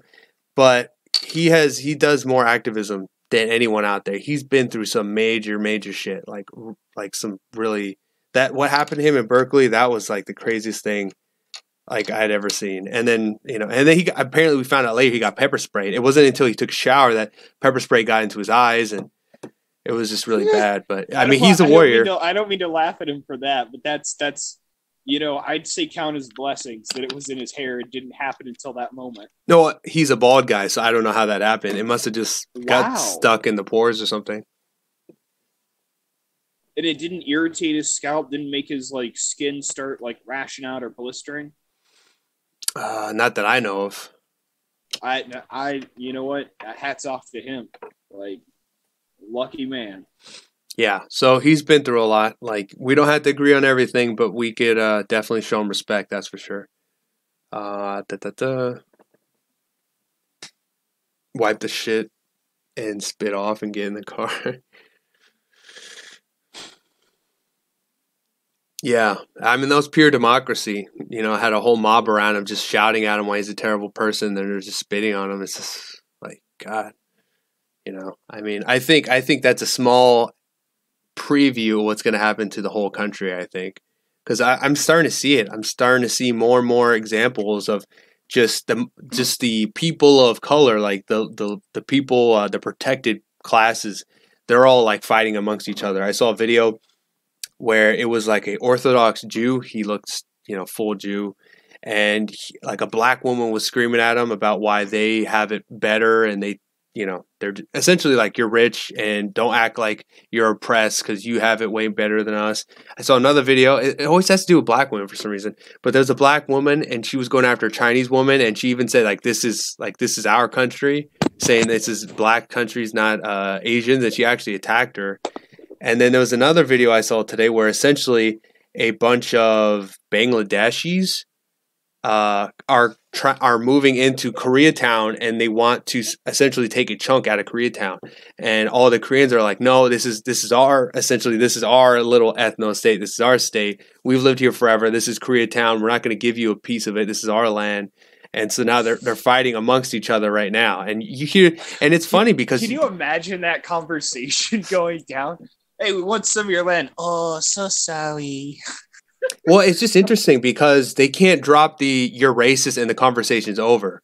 It's essentially like they have to argue. They have to give their points. And of course, neither one of them is going to say, well, we don't want you here. We don't want your kind. They're not saying that. But at the same time, I mean, behind closed doors, that's what they're saying. They're like, this is Koreatown. This is our town. This is our area. We don't want you here. Like, you can be here, but you're not going to take a chunk of our land and call it like little Bangladesh. And you're definitely not coming into our city council and gaining power, because once you gain power, you're going to start to influence things that will benefit your people, which will be against our people. So but you see the arguments being had. You're not seeing the arguments being shut down by, oh, you're white supremacist, oh, you're Nazi, you're that, because you can't do that. It's a Korean versus like a brown person. You can't do that.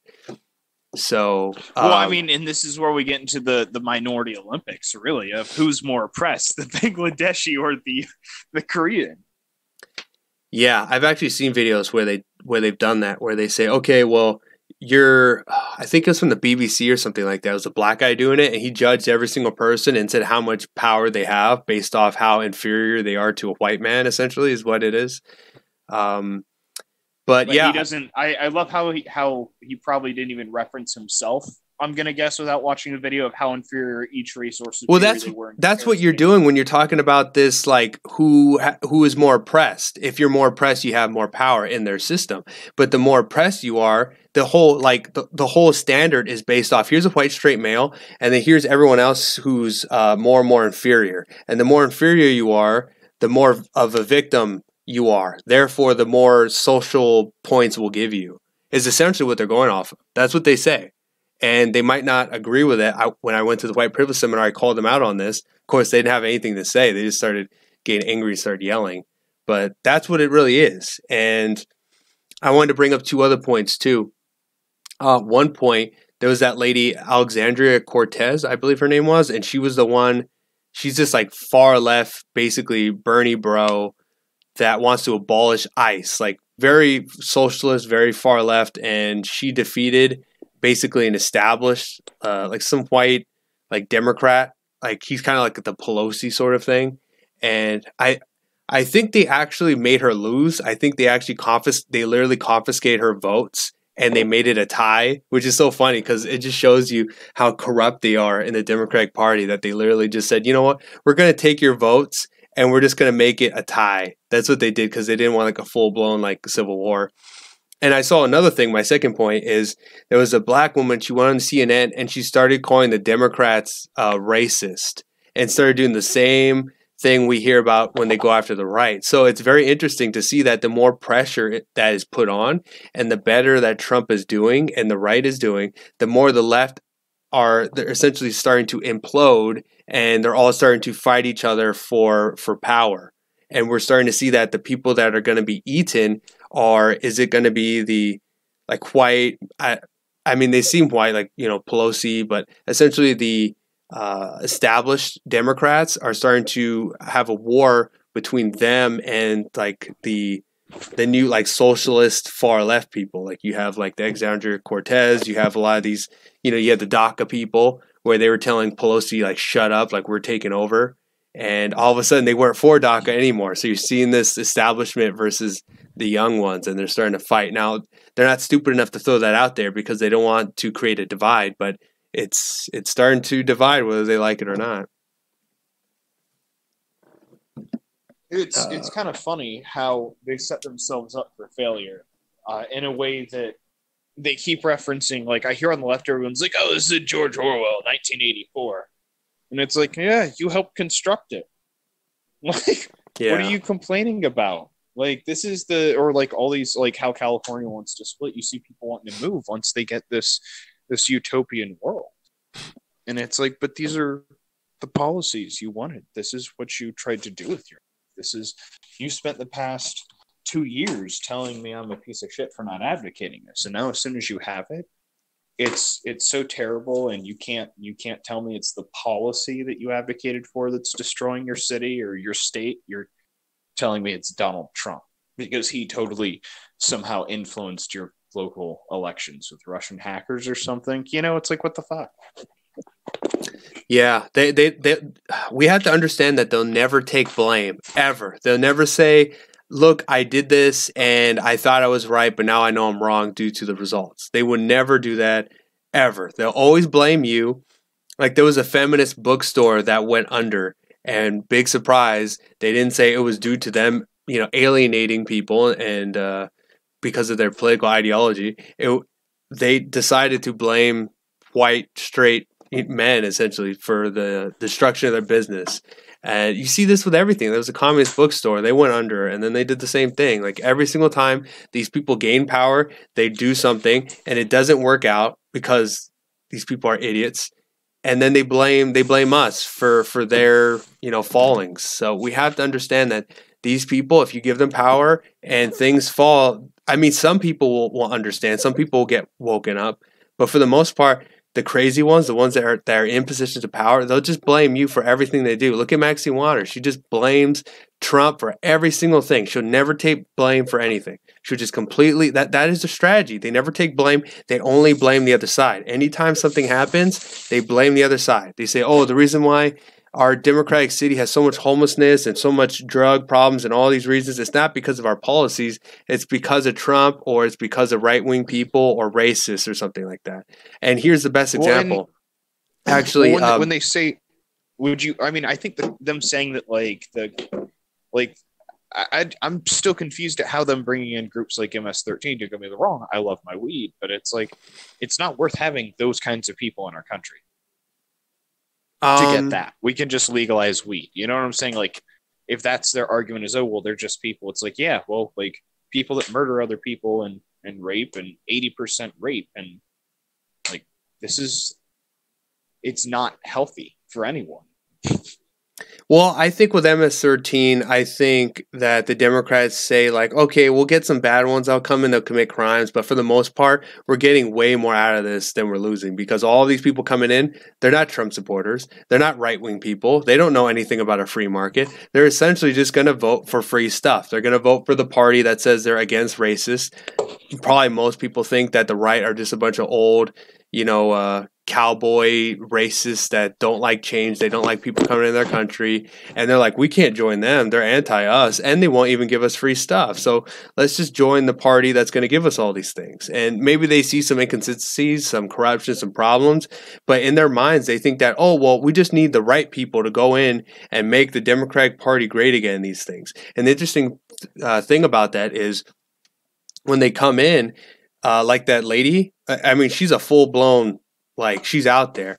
But she did say that she didn't want to take any money from any super PACs. So essentially, she does know about corruption and being paid off and things like that. So it's bad, her ideology, she's out there and all of that. But at least the new people that are coming to the left are essentially, at least they understand, like probably like Wall Street, they understand corruption and where the money's coming from. So they're essentially kind of against the same people that we're against, like they're against they'll call them the 1%, we'll call them globalists, but it all comes to the same people, is what it comes down to. So there's at least, I would much rather go against a Bernie bro than I would some established Democrat, because established Democrats are just, they're just out there. They're just going by, oh, I just want to get along with everyone. So I'm just, saying what everyone else is saying,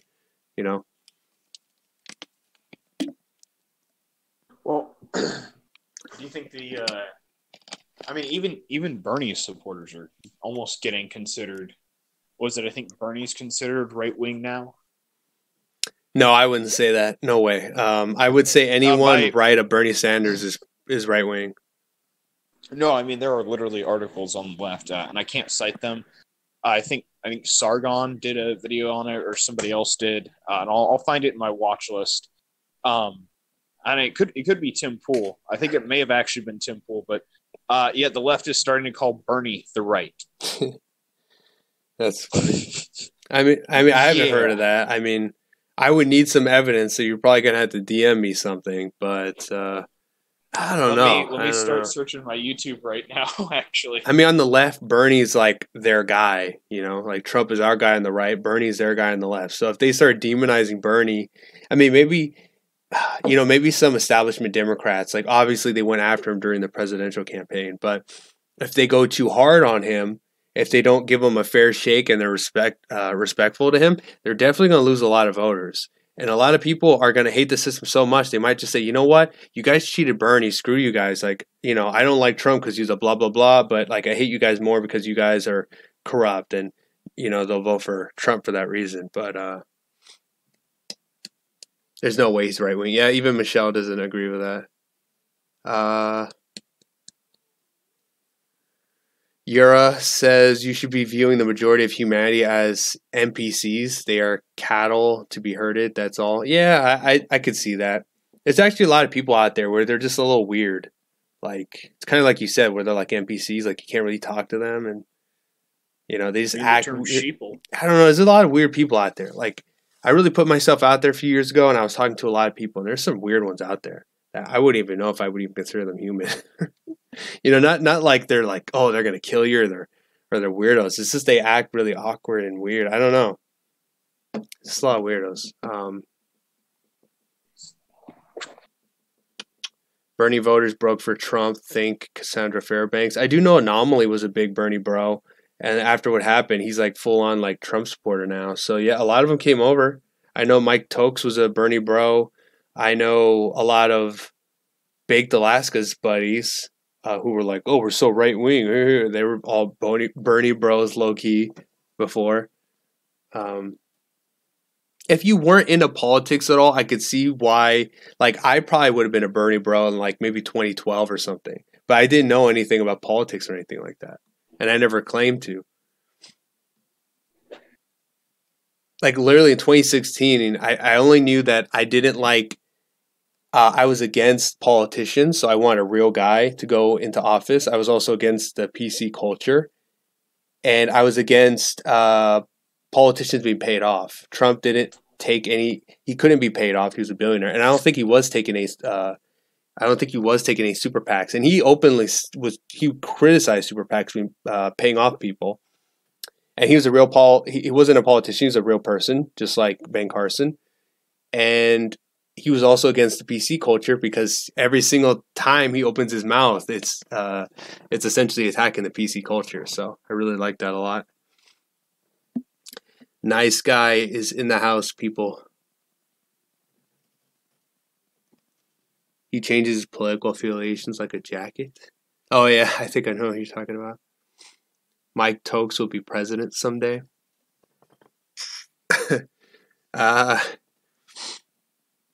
I mean, he has more of a chance than some other people I know. What do you think Trump's going to do for his second term? Let's put it this way: I didn't think in my lifetime that any of our leaders, and just in general, would shake hands with North Korea. So having that already been done and a peace deal done, it's like, ooh, what does the second term even hold, or the second half of this term? Yeah, I think his main thing is all he has to say is what he's done, and like all he has to do is talk about the results of his first term, and then he needs to say, this is what I'm going to do next, and that'll be the main thing he's going to run on, I think. I think just based off results, he's like, look what I've done so far in one term, and then compare that to other presidents, and then say how remarkable that is, and then he's going to say, and I might have not been able to do everything I wanted, but if you vote for me, I'll have a second term to try again, or even go after things that I didn't have the time to go after. So I think that's what he's going to do. I think if I was in his position, that's what I would do. I mean, what do you think he's going to do to do you think the wall? Okay, let's do this way. Here's a better question: do you think the wall is feasible in the first term, or do you think it's more feasible to be built in the second?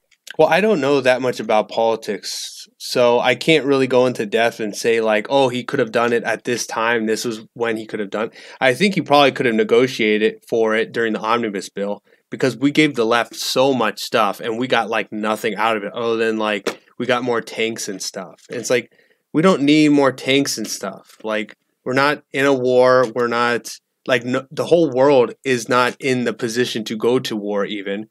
We might have to go to war with Mexico due to this crazy guy being elected, and he wants to flood our country full of his peoples, essentially. He wants to just take over the United States through some sort of peaceful let us in because we don't know how to run our own damn country, is essentially what he's going to do. So we might need, we're definitely going to need that wall. That's the main thing we need. That should be the main priority because we're being invaded by millions of people.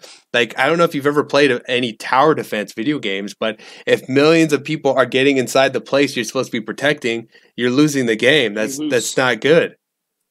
Like, every single time someone gets in, like, if they make kids, and they're probably all going to go to college because that's what they're being told to do, how much money is each one going to cost? It's going to be thousands and thousands of dollars. Like, and then not to mention all the welfare and the EBT. It's like the amount of welfare money that's coming out of our pockets, the amount of taxpayer money that's going into their kids. We're going to teach them from like birth onto up to college. Like it's going to cost millions of dollars per, and there's millions of them coming in. And we're talking about how we don't have any money, but somehow we're going to fund all of these people.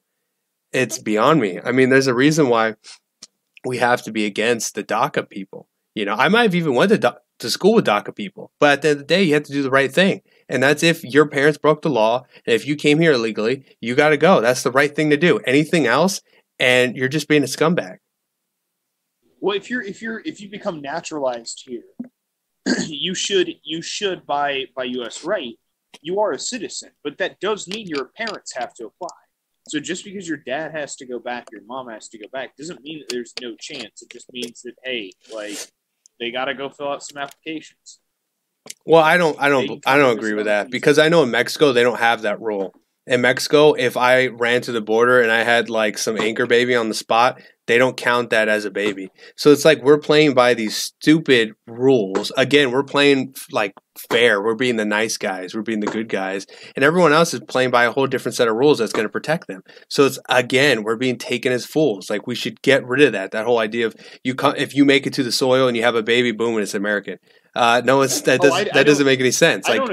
I don't agree with it. There's groups of Russian women. I was watching a news article right after the election about how in Florida there's an organization that caters to Russians to specifically get them in at their 9th month of pregnancy to go ahead and like get them here so their kids can be citizens and get dual citizenship. Because that's like the edgy, classy thing to do right now in Russia. Well, this is the thing. Every single time you have a rule, there's always a way to get around it, right? Like if you're a kid and you want to get alcohol, there's a way to get around it. Just because there's a law there doesn't mean it's like, damn, it's like there's a barrier here and we can't get through. I guess we're screwed. No, it's like there's plenty of ways to get through it. You just get your older brother to buy it for you. Maybe you steal it from your parents. There's plenty of ways to get around rules, and there's plenty of ways to take advantage of rules. Like you say, if we just make our way in and we have the kid, then the kid's good and the kid's an American and we did it, right? And people are taking advantage of us because we have that rule. And if people are taking advantage of you because of something, you need to get rid of it. I mean, that's just how it goes. You need to get rid of it. So I don't know too much. I could be wrong, but I do know on this whole, separating the family stuff, it does seem weird that we take the kid, but we get rid of the parents. I mean, I think a lot of people, I've heard things about Pizzagate where if we're taking the kids, where these kids go after could go to some of these elites, right? I do think, though, that, keeping the families together would be a good thing, but that means deporting all of them all at once, not just keeping, the kid here. We should get rid of all of them. So I think we should create like detention centers that are for kids, I guess, but I have to say, they already have those, and that's the thing is those already exist within ICE. Well, I don't even think we should have those actually, because if we put them in there with the adults, then that's their fault. That'll be an incentive for them not to bring their kids over, because if they bring their kids over, now your kid's in a jail with a bunch of adults, and who knows what will happen? Like you put your kid in that situation, so that'd be a good incentive for them not to do that. At the same time, and we also have to consider that we have human rights ethics, quote unquote, codes to uphold.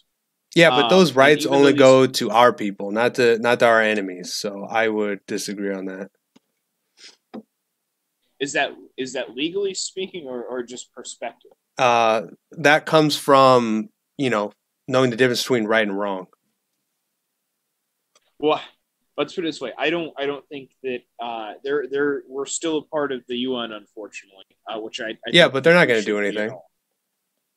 That's true. They do typically just. So if they want to do something, we got nukes. If you want to play that game, we could play. But for the most part, as long as you have nukes, no one's going to mess with you. So, and we have we're one of the strongest parties there. We have veto power, so we can kind of do whatever we want. Honestly,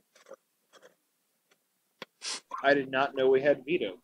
Yeah, that's why. Yeah, that's why a certain lobbyist group is trying to manipulate us all the time into voting their way. But yeah, I would just say we need to stop. More powerful than England? Yeah, we need to stop treating invaders like there are people. This whole, oh, they get rights too. No, they don't. Like if you're an invader, back in the day, you would take an arrow to the skull and that would be it. You take an arrow, someone would throw some boiling oil on top of you. That's what happens to invaders. But nowadays, all of a sudden, we're like, oh, well, we have to treat our enemies just like our own people. I mean, that is the best way to be taken advantage of. And that's exactly what's going on today. Like you can see when you see these caravans of people running up and you have these well-dressed people sitting there on their cell phones taking orders, it's probably a bunch of lefty Democrats doing it. And they're like, hey, let's get our votes in there. The pendulum is swinging, so we have to import new voters. Otherwise, we're going to lose power, and we can't lose power. Well, don't you think that the right, or not the right, the left already fucking up is handing the right and basically cannibalizing itself is going to hand the right everything we need? Who? The right? Well, yeah, I was like, aren't we going to get everything we need just because the left's going to cannibalize itself anyways? So it's like, if they're already going to push for lobbies and agendas, and it's like people are going to realize they're stupid and how asinine they are, they're going to they're already going to disown themselves. Like, why aren't we like? Why don't we have anything that's like crowdfunding or crowd raising on the same level? I guess is the question I'm trying to get at. Like, why do we not as right wingers have anything like the crowd pool or the community organization that the left has? I would just say that both the left and right are completely different. I think you're turned into either the left or right based off the environment that you're in. That's why they show that like people on the right tend to go into different careers and people on the left go into other careers. And so they think differently. And I know on the left, there was like a study that was done that showed that people on the left like donate like 80% more than people on the right. And big surprise, people on the right, they're tight with their money. They don't like to spend. They're physically conservative. So that's why if this were a left-wing show, I would probably be eating up the super chats constantly. But people on the right, they're very cheap. And I think that's why you don't see a whole lot going on the right, because people on the right, they don't really care that much. They just want to be left alone. They just want to like, hey, let me just wage cuck and I can feed my family. But please don't turn my son into like a little girl or force him to learn about Islam, or don't force my Christian bakery into supporting things that go against my beliefs. Like they're always like kind of like, no, just leave us alone. Let me do whatever I want. Or on the left, they're always attacking and they're aggressive and they're always out there doing stuff. They're creating organizations. They're always doing stuff all the time. Where on the right, we're just kind of sitting back, and I just don't think that people on the right really care that much. I think that's the main thing. I think, because a lot of right-wing people I've ever met, they're kind of like that. They just want to be left alone. And that mindset of I just want to be left alone goes against the idea of I need to go out there and change the culture myself. It's not the same thing. Let's see. If anyone else wants to come in here and talk, everyone else is welcome. You just have to join the Discord, and then you can come in and join the chat. Until someone else comes in, I'm going to leave Blood God in here to continue the conversations. It does kind of, we got through the videos pretty quick, honestly. Yeah,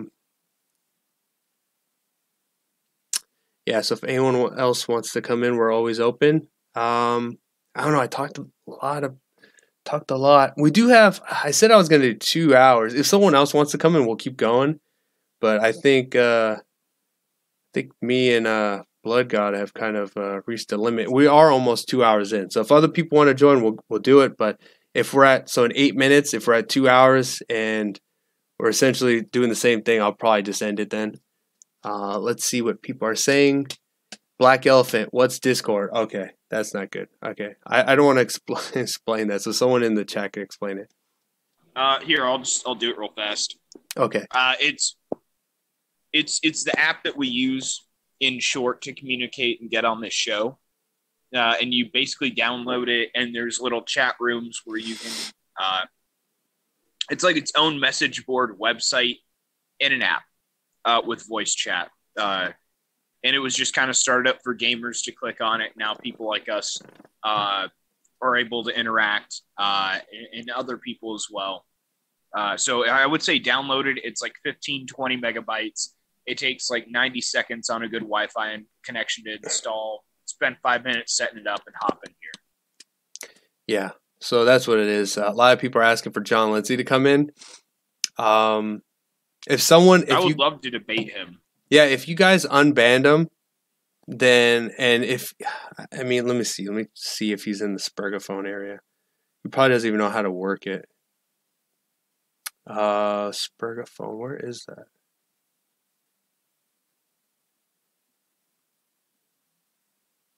Do we still have Spurgaphone, or did we get rid of it? Let me see. Spurgatory. Okay. I'm looking at Spurgaphone. So if someone could message him and say if he wants to come on. We're not begging for him to come on, but yeah, go ahead. If he wants, I'll try to DM him. Yeah, if he wants to come on, because we don't need him to come on. He does help us make content, but we don't need him. But if he does want to, tell him to join Spurgaphone, which is in Spurgatory, because we're not going to allow him in the main chat. And when he gets in there, then I can pull him over if he wants to come on. Okay, let me see what the chat is saying. David, he's not banned. Okay. Is he in the server? He is. I'm looking right now, and it doesn't say that he's online. Okay. It says that he's in this. He's a part of the server. He's not banned. Okay. So he was lying then. Well, he's not even online. I'm looking at his online thing, and there's a gray dot by it. Black Elephant said Hotep. I think he's talking about Hotep Jesus. Just said that we black straight males are the new white supremacists. Yeah, so someone called Hotep Jesus. He said that the Hoteps are the new white supremacists. I guess they're essentially calling them. Why don't they just call them black supremacists then? Because that's what they're really saying. They have to say everything is has to do with white people every 2 seconds. Just call them black supremacists then. No, they're black white supremacists. Don't you know? They're the Dave Chappelle kind. Yeah, it's kind of like in the religion sense. You have a lot of Christians are Christian Zionists or they're Judeo-Christians. It's this weird combination of it's can we combine car oil and mayo and just eat a sandwich? It's the combination is what the it's mayo and ice cream, right? Man, you're naming some anything with mayonnaise. It's mayonnaise and ice cream, vanilla ice cream. Yeah, just put it all together and just. I could look. You could say mayonnaise and weed, and I would look at you like you're crazy still. Yeah. Black Elephant. Just one spoon. You could look at me and be like, "I'll give you 2 pounds right now if you eat a spoonful of mayonnaise." And I'm like, "Yeah, no." Yeah. No. Black Elephant said, "David, you my nigga." Whoa, we supremacist and shit. I didn't say it. I'm just quoting him. I'm assuming he's a black elephant. He's called Black Elephant, so I do like Hotep Jesus. So I knew about him when he was on Red Ice, and there was supposed to be a Hotep, White Nationals Alliance, and I thought that was interesting to see. But obviously, if Hotep Jesus is now a part of Turning Point USA, which is essentially, it's kind of a little bit neocon, but essentially it's Trump, but not. It's a new version of neocon, and he has a position there now, just like Candace Owen. And I'm just wondering what's going on right there. I'm wondering what's going on behind the scenes on that. I wonder if. Because, he went on Red Ice, and he talked to, I don't know the host's name, but he talked to the host, and they talked about their beliefs, and they understood each other, and they said that there was an alliance. So, if he's in a huge organization like Turning Point USA, I wonder if he's still, I wonder if he sold out, or if he still has those beliefs. I'm just wondering what's going on with that. Because I do know a lot of people, when you get a big position like that, kind of had to sell out to a degree. Hotep is the real deal for sure. Yeah, I like him. Look, he's not a victim. He's laughing. He has a good time. He's like us on the right. We're having a good time. We are who we were meant to be. We're not pretending to LARP as anything that we're not. We're not, we can take care of ourselves. We're strong. We're independent. I actually tweeted to him asking what are their beliefs, and he replied and sent me this Hotep constitution of their beliefs, and it says what they are. Essentially, we help out our elders. We are independent. We help our community. It's how are you against that stuff? I don't see why black people are calling them like evil people and stuff like that. I'm like, how are you against these ideas? Like, how? It doesn't make any sense. Turning point isn't neocon, is it? It's more yeah, I'm not saying it's neocon. I'm just saying it's like they support Trump full on. They're not like Ben Shapiro people. They're not like rhinos, and they are more nationalistic and they do say a lot of good things. But it's a little bit neocon. Like it hasn't settled. It's still a new organization. Once it's settled, then I can give a better take on it. But they don't talk immigration. They only talk about free speech, the free market. Socialism sucks. They say all the time is like their main motto. Nationalistic in the sense that like what's wrong with loving your country, but they don't talk about immigration or anything like that. What's your feelings on like Jesse Lee Peterson? He's a black guy, isn't he? He's I've started to like him simply under the fact that he's shut down so many people who give him a what the fuck face that's priceless by telling him that he grew up on a plantation in the South under Jim Crow and he loved it. Like just hearing that is God tier comedy. I think he makes really good content. I like that he's actually open to ideas. He doesn't spurg on anybody. He's had Richard Spencer on. They've had nice conversations. No one spurged or called anyone any names. He sat there, listened to what he had. Yeah, he's had him on. He's had on like a lot of people, like far left. He's had a lot of people, like even Vincent from the Red Elephants was on there. So he has a lot of people. He has a lot of far left. He has like Spencer. But I did like that he had like a nice conversation. Like we could hear both sides' ideas. There was no spurging. There was no like you're this, you're that, and that was kind of it. And he's made a lot of good videos where he does understand that Europeans are heavily discriminated against in their own countries. And he went around asking black people what they think about whites, and he's done a lot of good stuff, and he understands what's happening, and he's a full-blown Trump supporter. So, and he will defend him. So that's a good thing. Like Ben Shapiro, for instance, he's not a Trump supporter, and he was on Bill Maher the other day, and he did not defend him. He actually was like full-blown like, oh yeah, Trump's an idiot, and like making the crowd laugh with Bill Maher. And I'm like, wow, okay. You're out there. But I do like him. He's a Jew. I mean, he's going to play to his audience and try to sell it up and ham it up for as much coin as he can. Well, I mean, maybe not ham it up, but I think he's going to die out. Like he had his time in the sun, but the more he goes against Trump and the more the right becomes a party of Trump, we're going to become less and less a Shapiro person. And I think that's just what's going to happen. But when it comes to Jesse Lee Peterson, I did meet him in real life. I took a picture with him, but I didn't really talk to him because he was out trying to make content like I was. But I like him. I think he makes good content, but I feel like there's something a little off about him. There's some a little off because whenever he has conversations with people, he seems like he's like autistic or something. I don't know. I would agree to that. There's some going on there because I feel like he kind of looks at people and he just kind of like seems like he's zoning out a lot. I think to deal with some of those people and some of the dumb shit they say, you almost have to. Yeah, we have Victor Rossi's in the house. Grizzly's in the house. What's up, guys? We also have Zacharias Abel is in the house. Ben Shapiro is a cuck. That is true. That is true. Freudja. All right, let's see if anyone wants to join the chat with us because I think you and I have kind of said everything we can say. Bring in Kat, see if she's going to go ahead and finally hop in. She wanted to jump on? No, but I would say drag her alt-right Bones on. Yeah, Bones, he's told me he would come on, but he's every single time he's only online at night, so maybe he works during the day then. I mean, his marker's on orange, so I don't know what that means. I don't know if you want to tag him. I mean, he's more than welcome to come in, but I don't know if he could hold back his power level at all. He's maybe he's not dumb. Maybe bring in one of the new fags.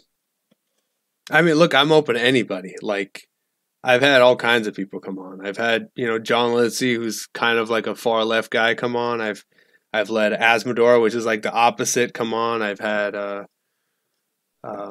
had a lot of people come on. Like, I don't really care. I mean, I would even have, like, if Antifa wanted to come on and they weren't going to be, I would let them come on, basically. But I wouldn't let them in the chat because I don't need them I would say posting any put screenshots. them in Spurgatory. See if you can get them to a video audio chat in Spurgatory. Yeah, I would let communists, Antifa, like, the only thing I would for sure say I don't want to deal with them would probably be, obviously, pedophiles. I don't want to be any of those people getting into the pedophile debates, like the Destiny stuff or that what's his name, Any of the map, Amos Yee. Shit. You know, because they had debates where they were sitting there talking pedophilia, and I'm like, dude, this isn't something we're gonna talk about.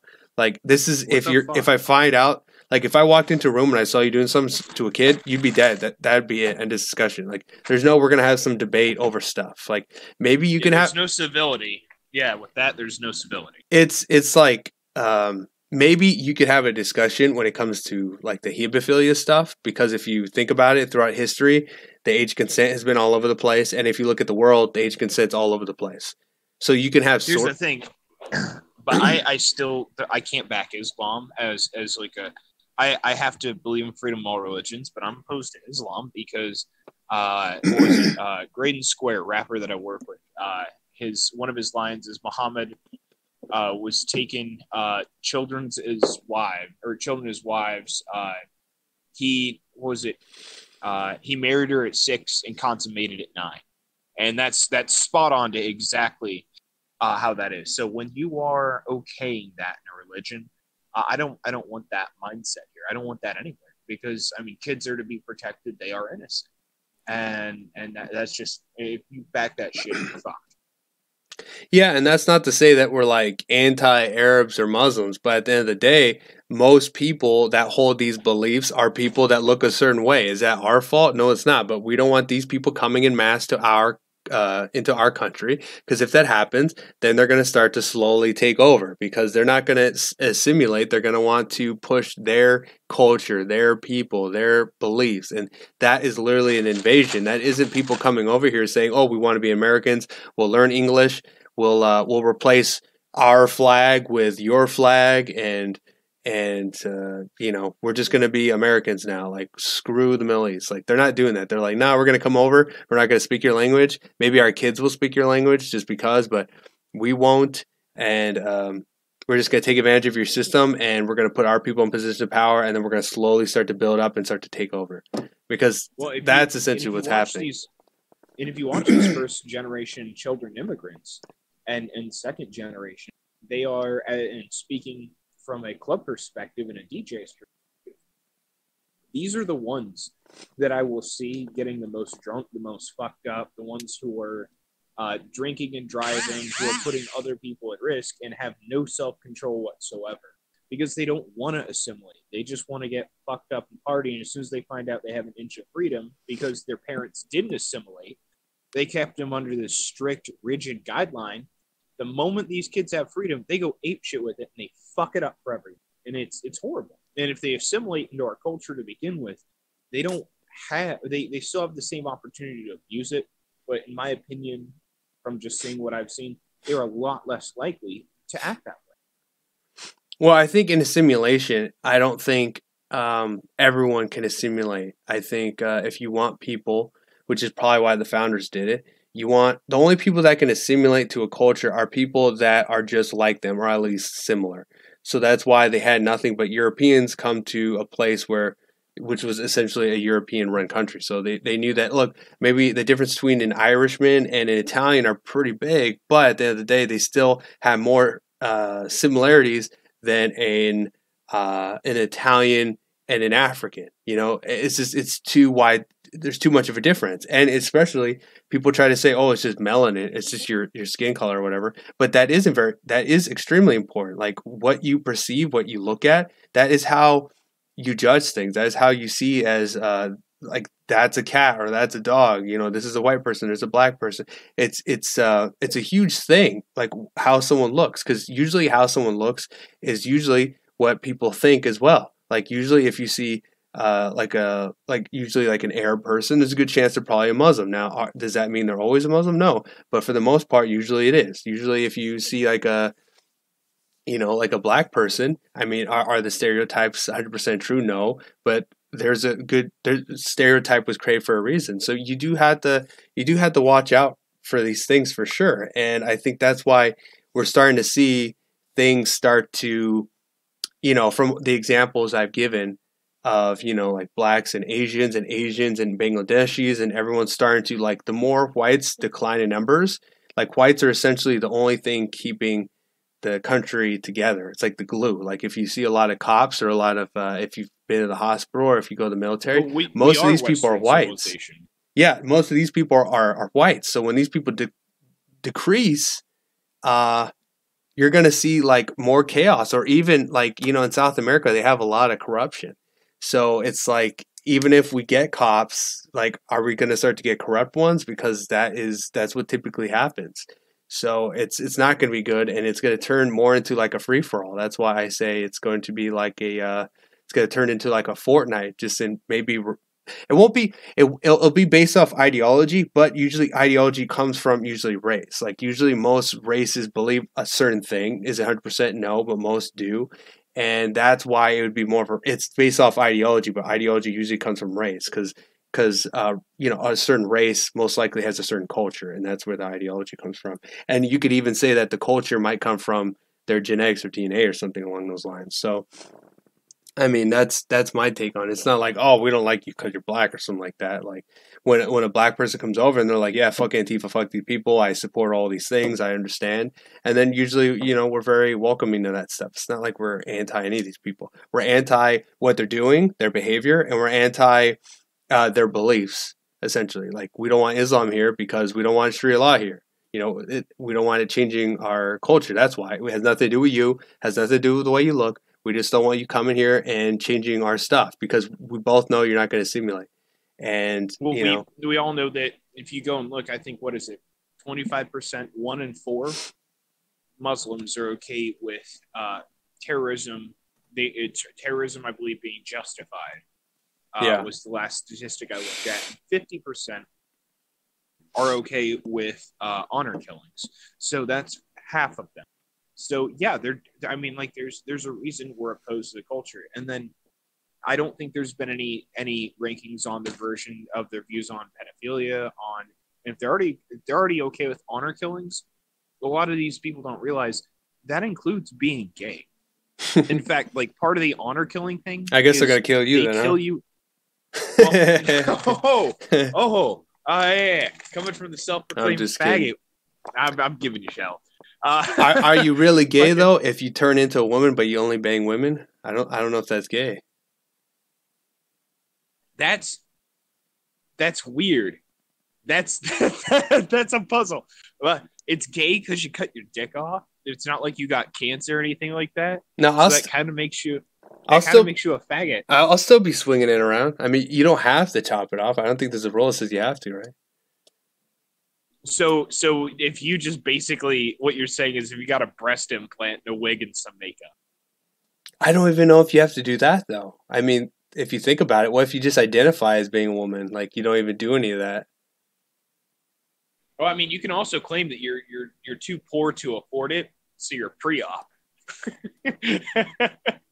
Well, I'm just trying to play. I'm trying to play the system, but at the same time, not sacrifice anything. Is essentially what I'm talking about. You know what I think this situation comes down to? You've heard of the heap of sand argument, right? No. Okay, so we have a pile of sand that we're going to call a heap, right? And I keep taking grains, and I take one grain and I put it over to the right, and the pile's on the left. Is what's on the right considered a heap of sand? I don't know. It's considered an individual grain. So if I keep adding individual grains, at what point does this heap of sand become 2 heaps of sand? Or when is it no longer a heap of sand? Are we going to define just getting a breast implant with having testicles makes you a woman? Or what I'm saying? Like, that's. And if you give an inch with this, you also give a mile, because the moment you say that they're this, comes right back down to our sports that we were talking about, how these transgender men are just like, yeah, I identify as a woman. gold medals, like look, titles everywhere. I'm just saying that like if everyone's taking advantage of the system, you might as well get your money too. It's kind of like sometimes where when I hear people are like getting their EBT just because they can, like I'm like, I'm not really against it. If everyone's taking advantage of it, we might as well all hit David, it. Are you proposing that we start going to protests wearing bikini tops and having like pro-Trump shirts and just telling them like you wouldn't hit a woman now, would you fucking sexist? No, but see, that's the thing. The thing is, I mean, we talk about race a lot here, but it comes down to ideology is the most important thing. Because even if you're a black guy, even if you're a tranny, even if you're based anything, it doesn't matter. They will still attack you. Like there are still white guys on the left that will literally punch out women and beat up black guys. I've seen it. The number one thing is ideology, because if you're a left wing black person, they'll support you no matter what. But if you're a right wing black person, they'll just call you Uncle Tom, a porch monkey, you're a race traitor, and they don't care. I've seen videos of like white guys straight up like beating on black right wing black dudes. Like they don't care about they care about ideology first. Have you've seen the Antifa, and I'm going to assume you have, and if not, it's a good one to look up and show everyone on stream.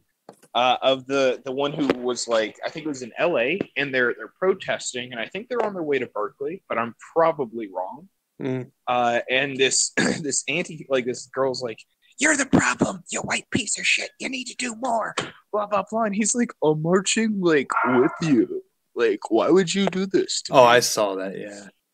I saw that where she was treating him like crap. She's like, "You're white, you're a guy, you should be out there fighting. What are you doing? You're not doing enough." He's like, I'm doing plenty." And he's like, it just shows you on their side that they straight up like openly discriminate against you. Like if you're a woman, you get more points than a man.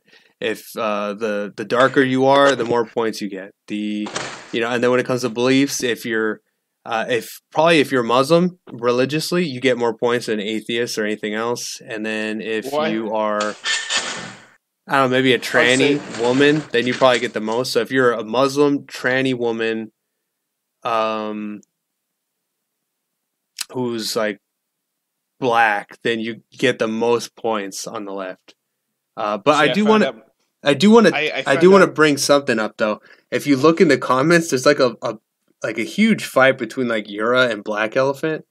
And at one point I saw Black Elephant say white boy, so I'm sure it's gonna get pretty spicy in there. Hey, Black Elephant, listen, why don't you hop on chat and suck on my spicy meatballs? Oh, he called you gay, by the way. Maybe, I wonder why. Yeah, in the chat, he, I don't know if you could scroll it up on yours, but he called you gay AF at one point. I'm gay as fuck, right? That's why I copied the name of the white elephant and tried to make it edgy and like be the Black Elephant, yeah, because I'm the Dark Knight, because I'm black, yeah, I'm so cool. Oh, everyone says he's most likely a white guy. He's just trolling. As long as he's not an irony bro, because the irony bros are so annoying. They just, it's like, come on, we are in like a movement of people that believe things and they fight for them and they try to be, they try to stand up for their principles as much as possible. And then we get these guys to come in here that say they have principles, but they don't actually like care about their principles. Like they're like, oh, I love God. I think these are the same people that think principles are what they had in high school as well. Yeah, I don't know. If he's actually a white guy and he's triggering urine everyone, I think that's funny. But because everyone's like, look, they just called him a cocksucker, so that's funny. I mean, I like to troll our own people every now and then because they get a little too stuck up. I feel like it. Speaking of stuck up, where's Dingo Boy been? Dingo. Doc Ock.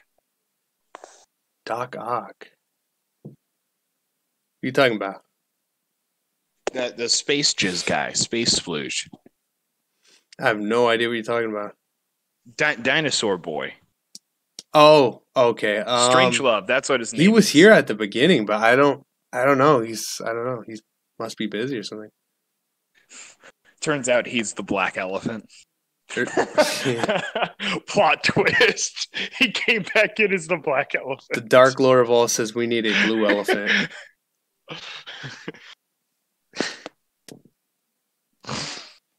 We need an Irish one that's going to be the rainbow flag, and it's just going to be the Lucky Charms guy as his profile. The rainbow elephant is crucial. I think everyone in here should make an alt YouTube of a color of an elephant. We'll just have like every elephant you can think of. Make up a couple colors like Flurple. It's fluorescent purple. Yeah, I like how like Ur is like the most mad. I think he's like really going after him. Hang on. I'm gonna switch over to YouTube and hop in the chat because apparently shit's going down. Yeah, you better jump in there. Oh, Balboa wants to come in. Okay, so hey, I haven't talked to him in a while. Oh, okay. Well, if you want to go into the chat, if you want, I could pull you into VC1 for a bit, and then you could tag me if you want to come back in. I was gonna say I could just mute myself if you're cool with that. If not, then toss me into VC1. All right. Well, either way, thank you for coming on and helping me out with the conversation. For sure. Thank you, man. Thank you for having. Oh, whoops. I always do that sometimes. All right, Balboa, mute yourself. Mute yourself because I'm going to have to wait a while because there's a delay. Nice guy. Did you already talk about your debate, David? I have not talked about it at all. If you want, I could talk about it, but didn't seem like that big of a deal to me. I just had paganism and what was the other one? And the Portland rally as just topics, but usually I just go off on rants. Okay, this is I do like the black elephants causing some problems in there. Balboa.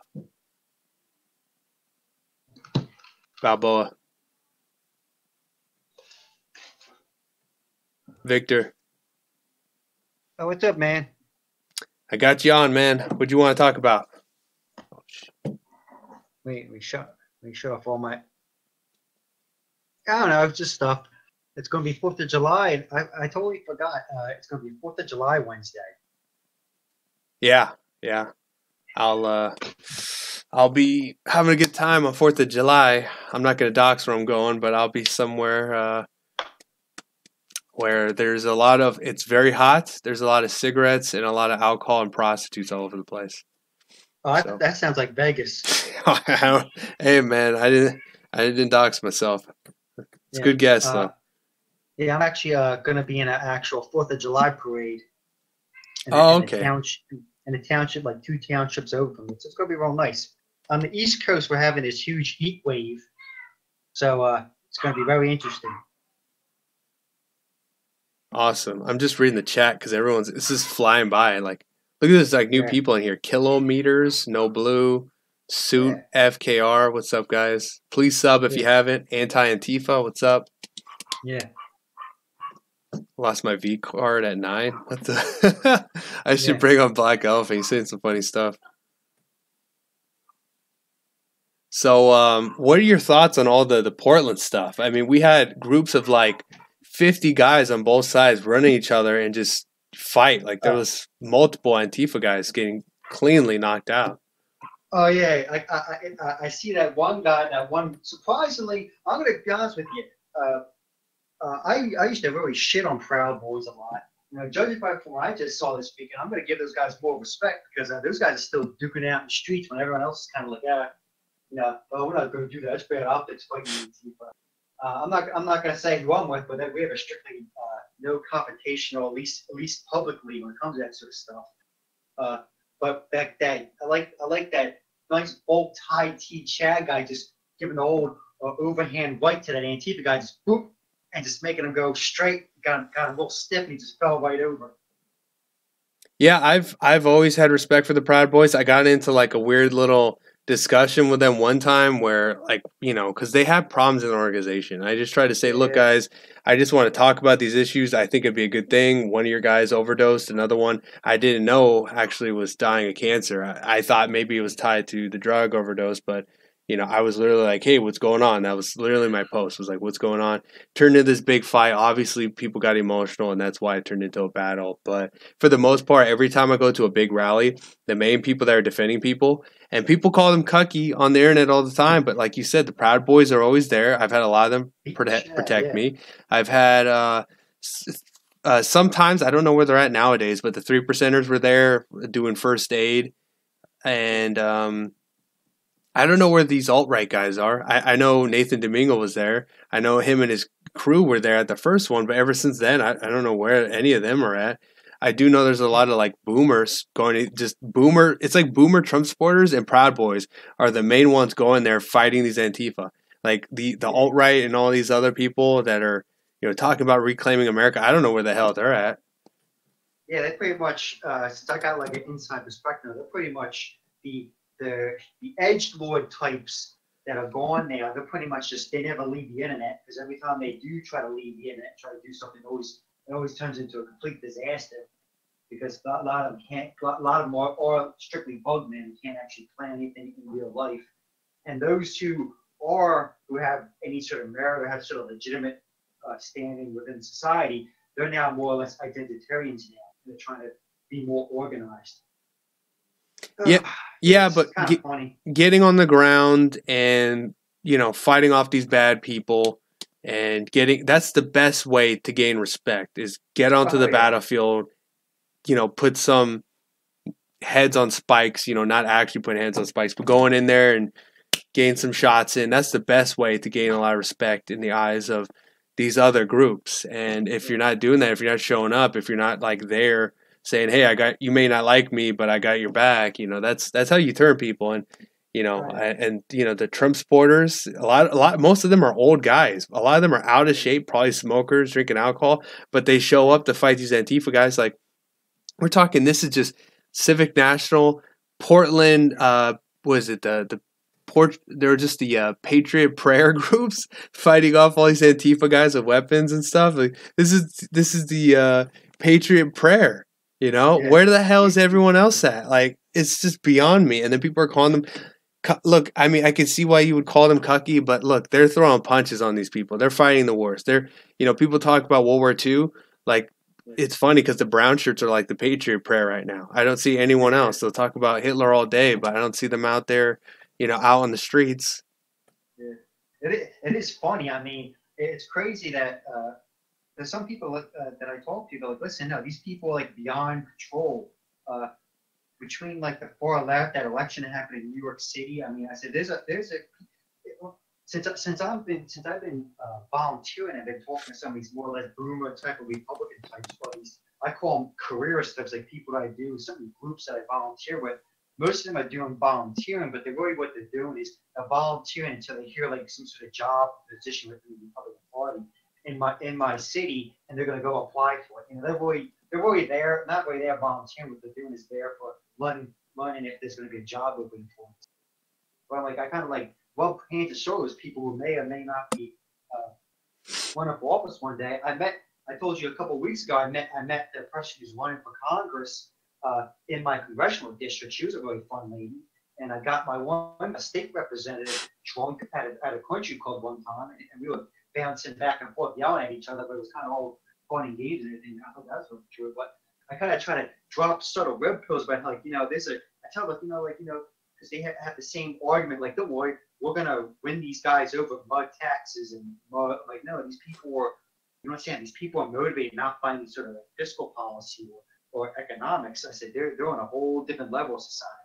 I said, you can't get rid of these people. Yeah, I don't know. It's just, I don't know what it is, but whenever I see these battles, I'm like, I don't really think, like, obviously I want to be there because, a lot of people would want to watch it. So, I would get like a lot of subs and stuff and views. But beyond that, I kind of want to just like give that camera to someone else, say, hey, sit back here, try to get the best shots. And I'm just going to run in there. And, because I remember the first Berkeley, I didn't film anything. I didn't film nothing. I was LARPing, sure, but LARPing wasn't really like a word back then, No. And I showed up and I just was like, look, I'm sick of watching our people, Trump supporters, getting knocked out, and then we're not doing anything about it. And if we do something about it, then we get arrested by the cops. Like, it really infuriated me. So I was like, I'm not filming nothing. I'm just going there and I'm just going to fight. That's all I'm doing. And when I saw this video, I was like, damn, man, this was like bigger than the Battle of Berkeley. And, I wasn't there. And that's another thing. When 2 times where we actually legitimately fought people in the streets, when we fought people, there was no cops were involved, or there was no sort of malicious power against that side, but when it was man to man fighting we dominate them every time. Like they don't stand a chance against us when we actually go out and go after them. It's funny. They talk about revolution, this and revolution that, but when they legitimately go to fight us as right wing people, we just go through them like a buzzsaw. I mean, it's not even a competition. Yeah, yeah. Like the only thing they could do is scummy stuff. They can only they're only a threat in like numbers, like 1 against 5 or 3 against 1.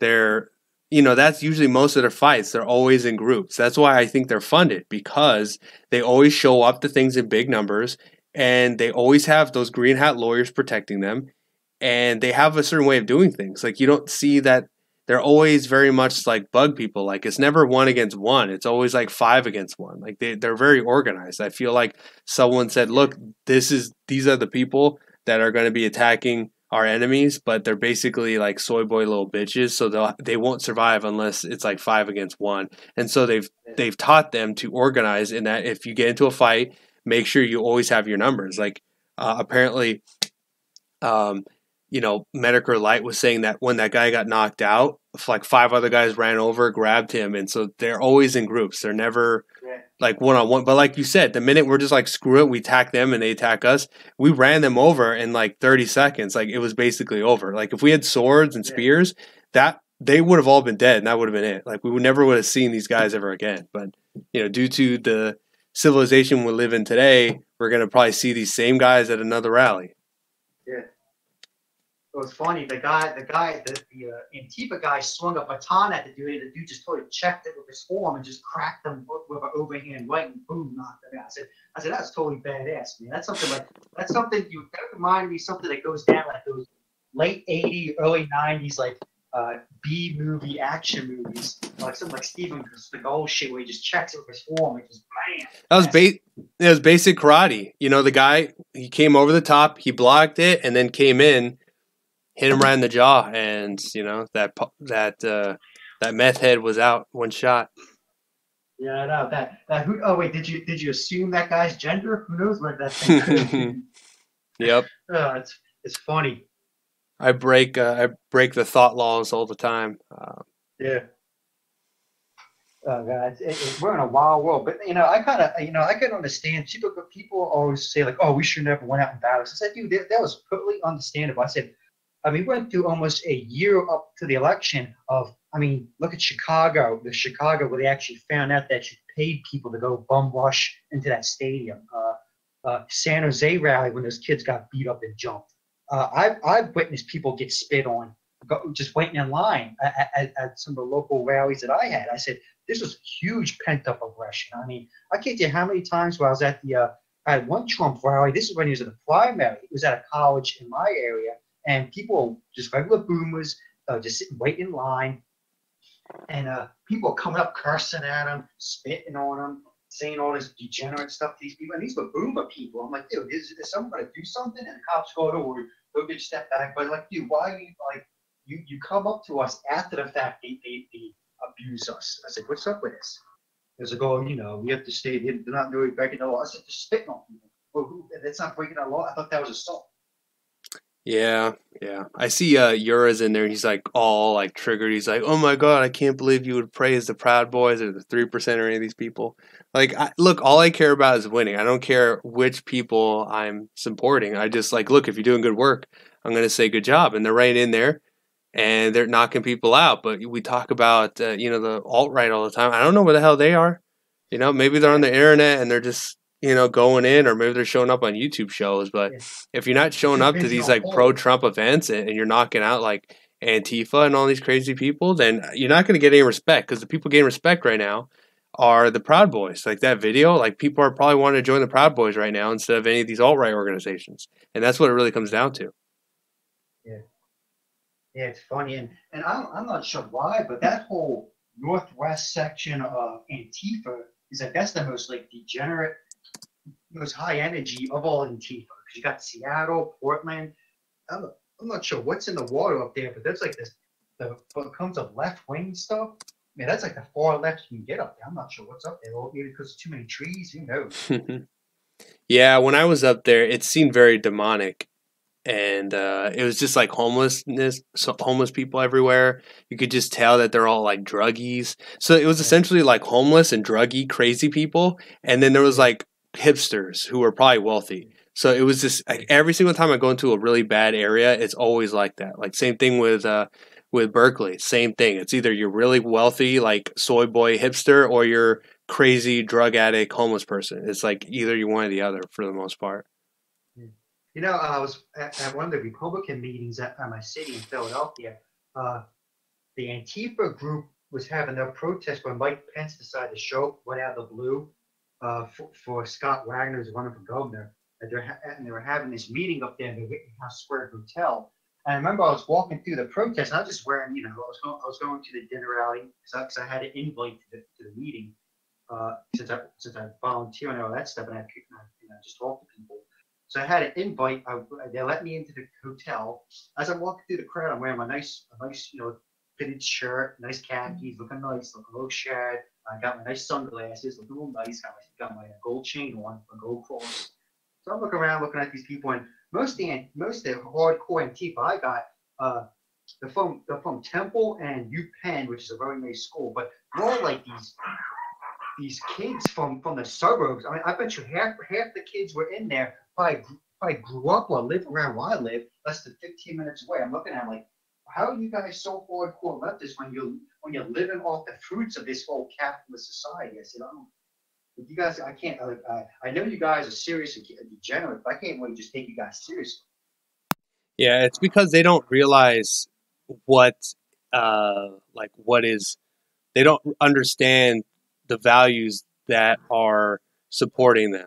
It's like saying, "Oh, we live in this big building, but there's pillars don't exist. That's not a thing." And then you take the pillars off, and the whole building collapses because you don't understand how you became rich, essentially.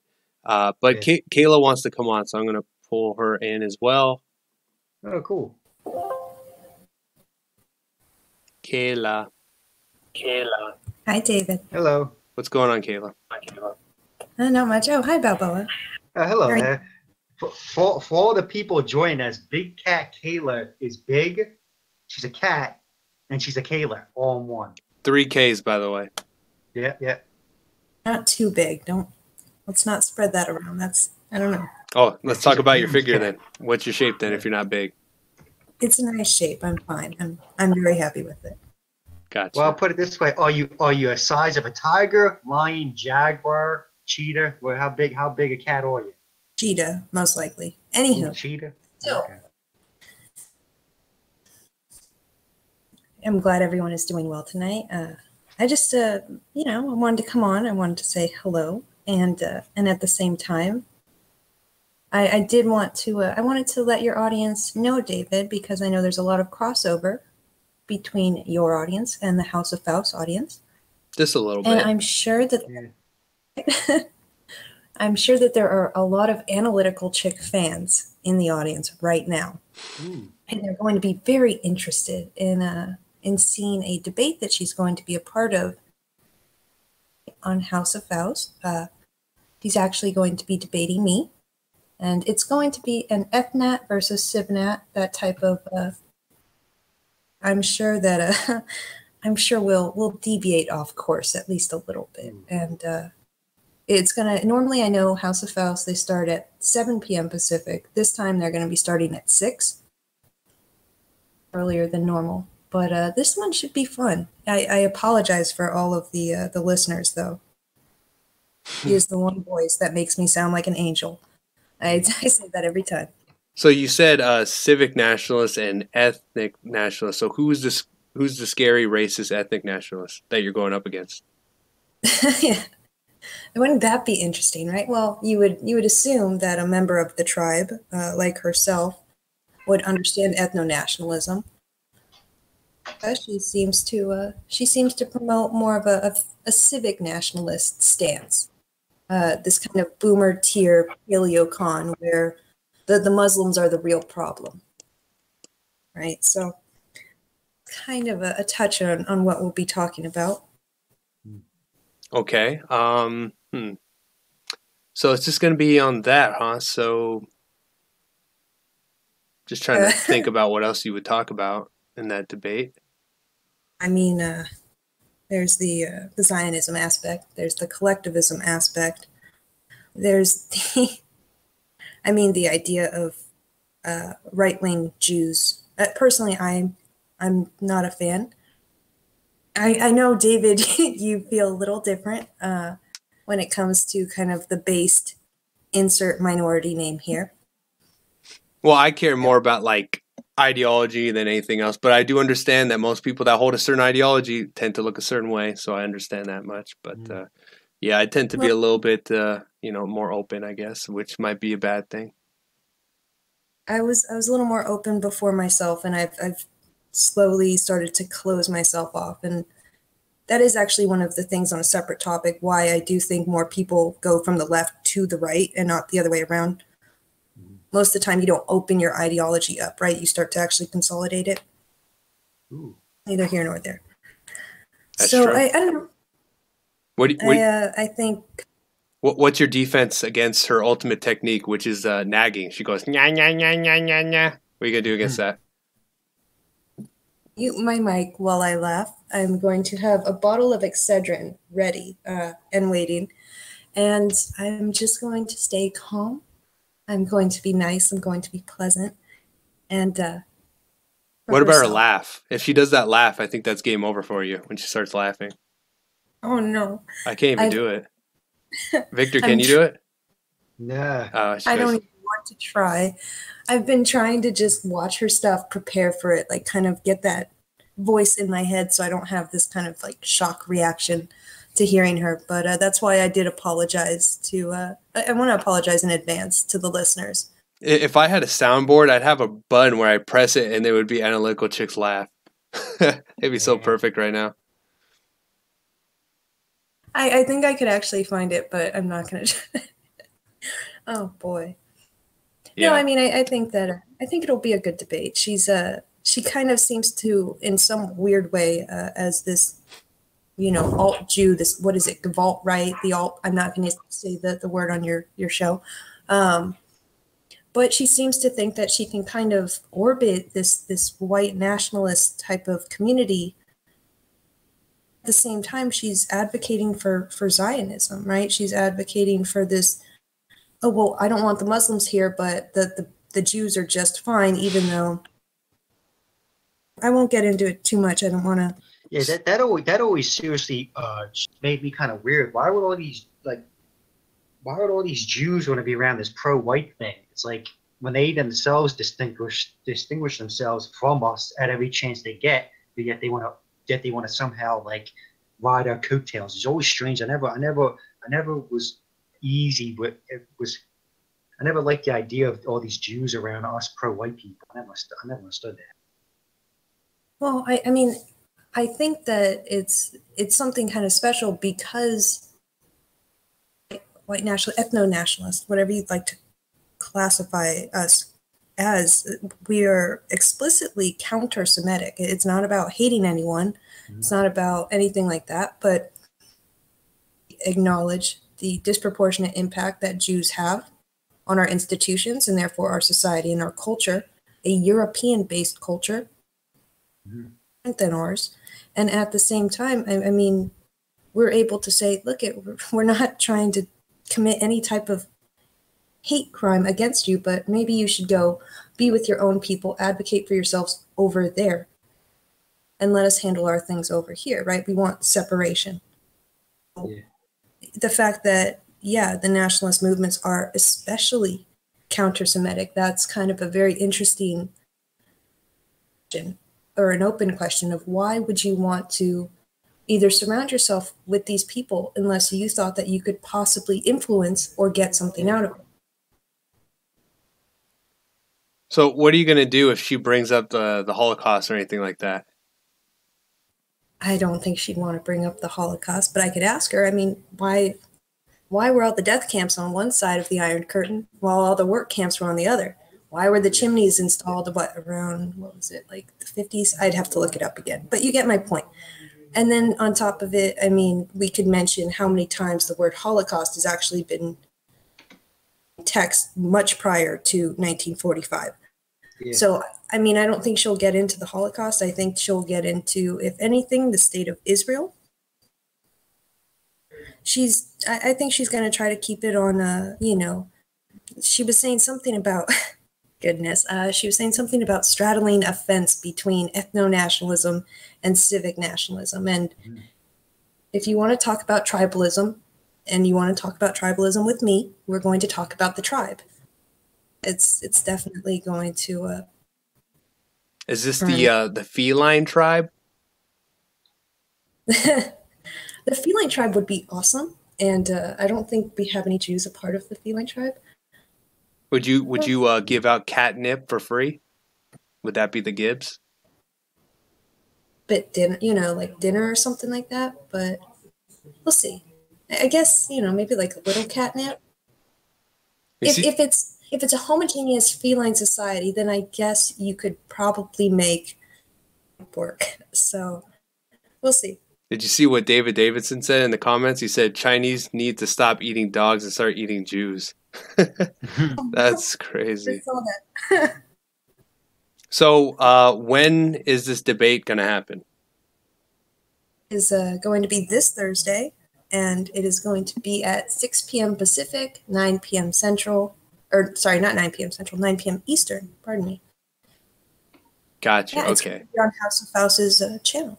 House of Faust. If someone wants to link it, if one of the mods wants to link it in the chat, that would be a smart thing to do. We actually have a good crowd today. We have like 32 people on. That's usually pretty good. Sometimes we have as low as like 15. Good. So, yeah.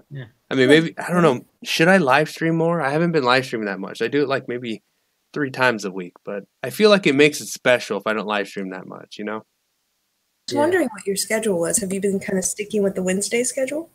No. It's been all over the place. And then, oh my God.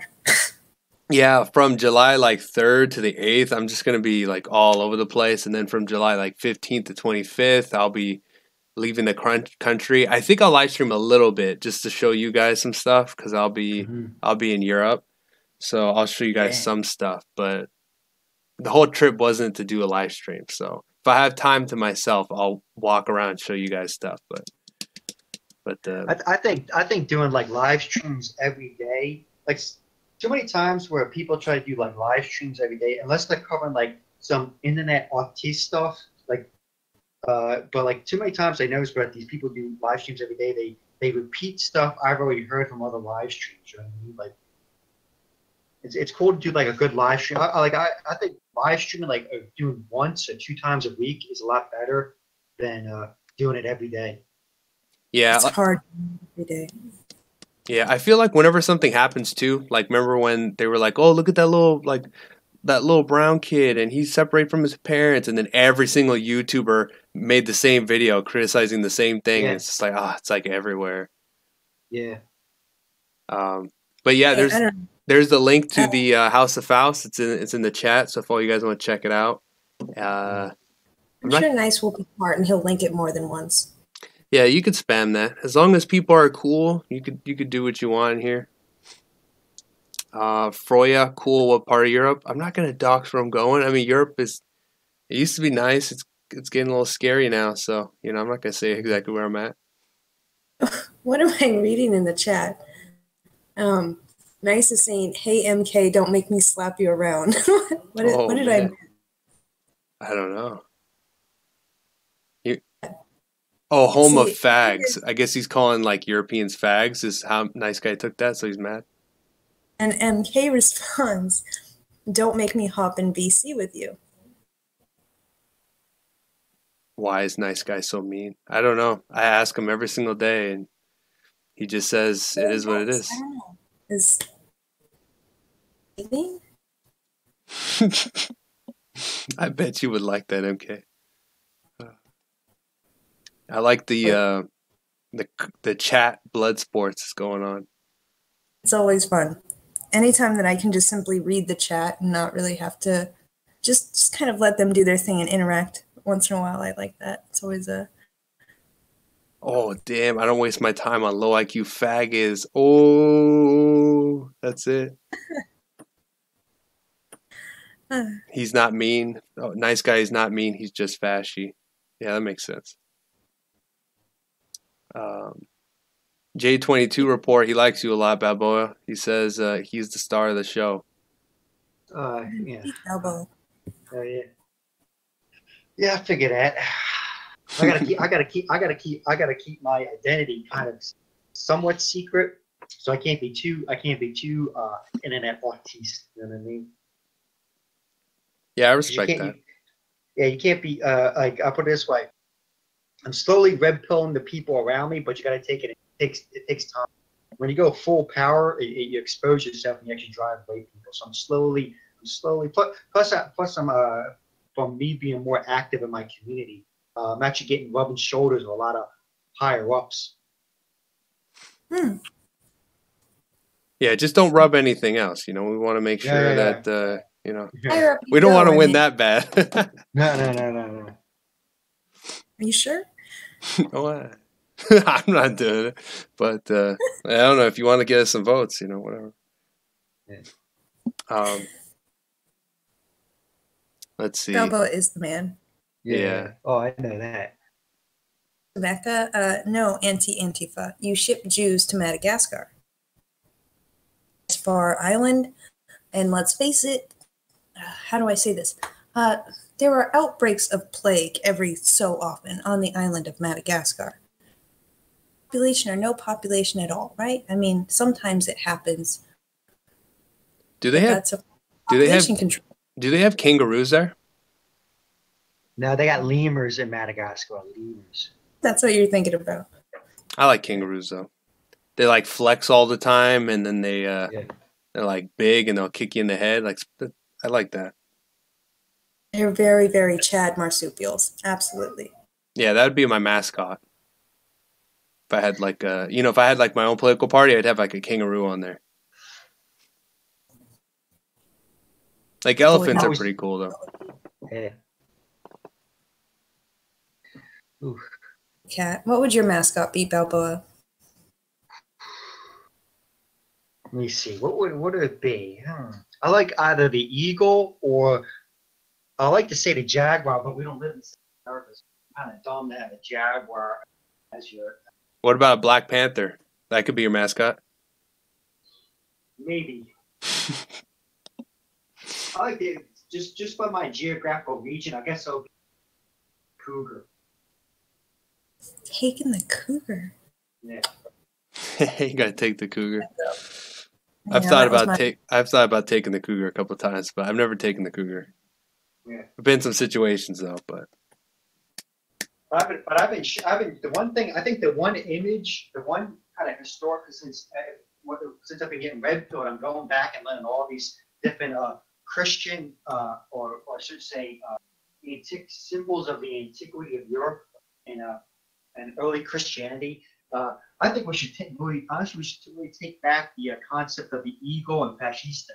Because I remember I was sharing some images of some people just on my normal Facebook, and it's like, how do we keep sharing all this fascist, like these kind of trying to paint me as some sort of like crypto supremacist guy, like, oh, how can you keep sharing this fascist imagery? I'm like, oh, you kidding me? This is how dumb some of these boomers are.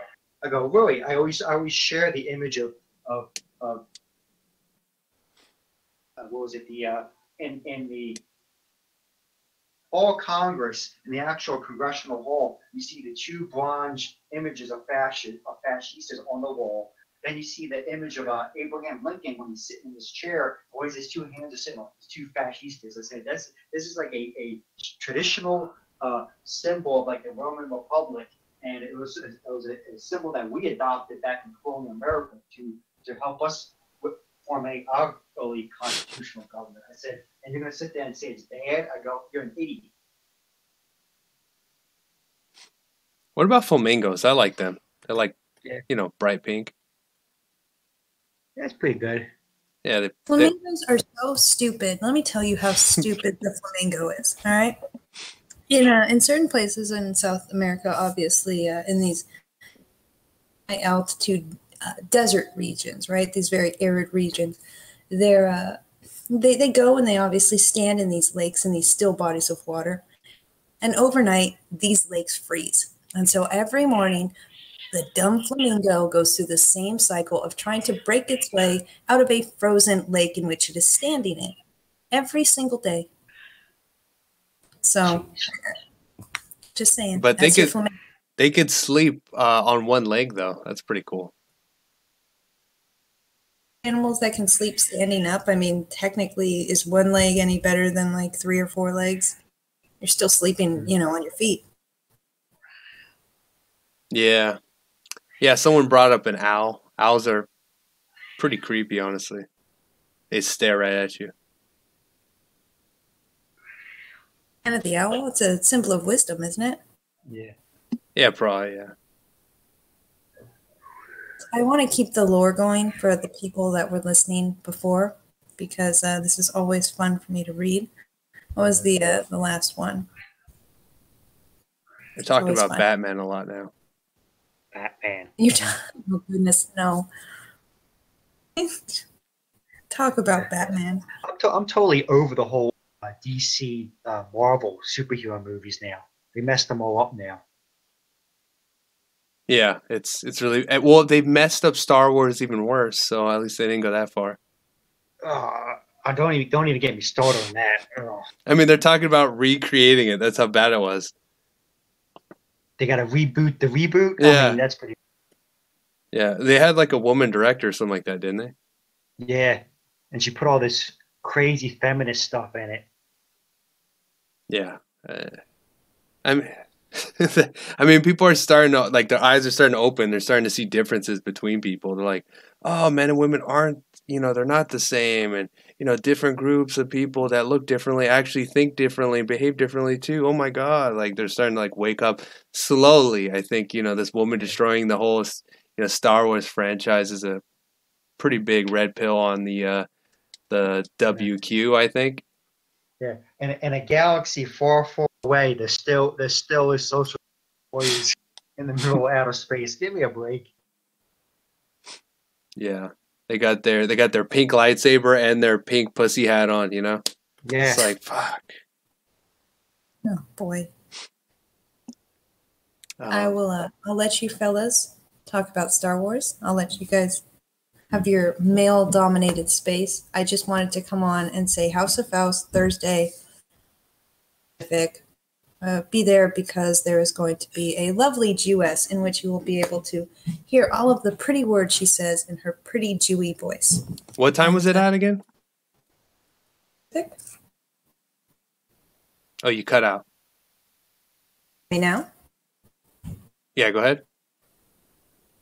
Pacific? Oh, okay. Wasn't it like 69, you said?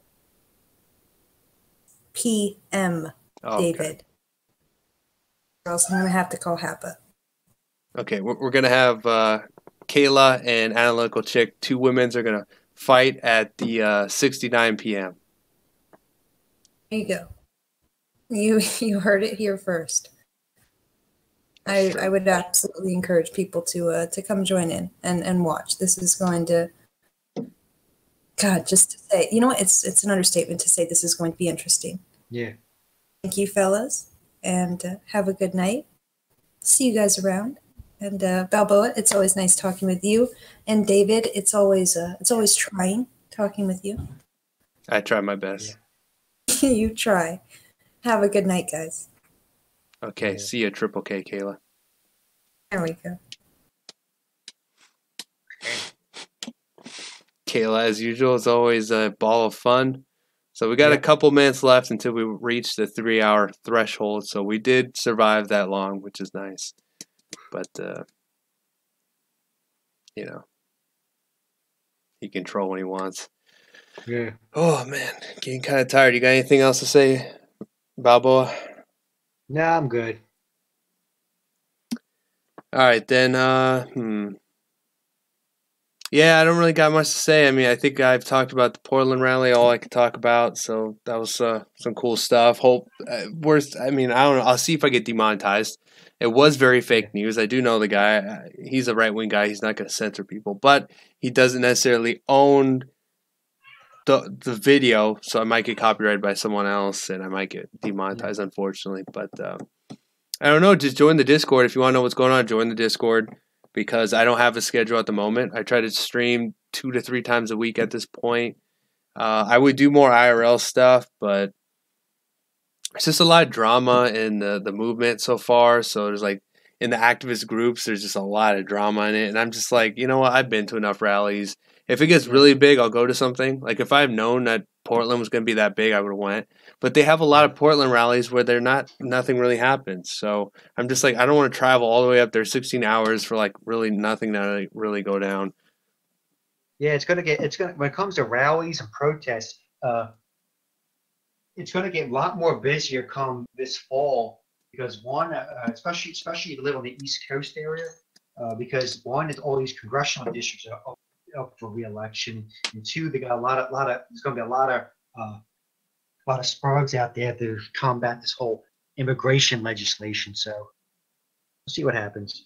Yeah, we'll see what happens. Okay, Will says, hope you post a stream. I want to rewatch some of it.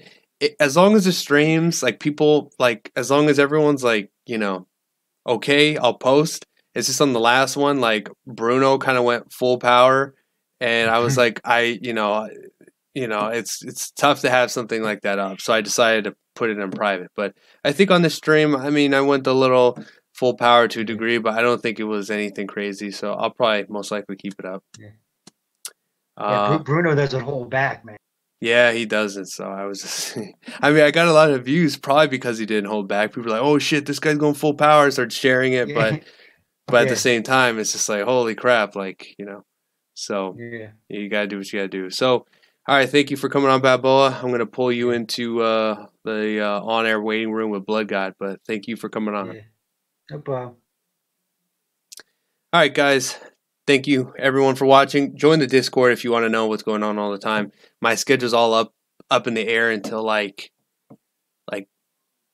July 26th is essentially when I'm like, okay, I'm back to normal again. July 3rd to like 25th, I'm just gonna be going all over the place. I'll live stream when I can. If you're in the Discord, you will understand what's happening. You'll know the context. You'll know what I'm generally up to. I'm not gonna dox what I'm doing, but what was that? Oscar Mayer. Yep, thank you. He said great show. Yeah, thank you to everybody. We had a good number today. Well, we were like 30. That's pretty good. I mean, when I first started, I had like 10. So small, little gradual process. If you guys know anyone, please share. Please tell them. Hit the like. It's good for the algorithms, things like that, so new people can come on. But if you could really subscribe, that is the main thing I really want. The only goal I have for this channel is I really want to hit 10,000 subs. So if you guys could sub, that would help me out a lot. And you're okay. So yeah, just thank you guys for watching. Join the Discord if you haven't, and I will see you some other time. Thank you guys for watching.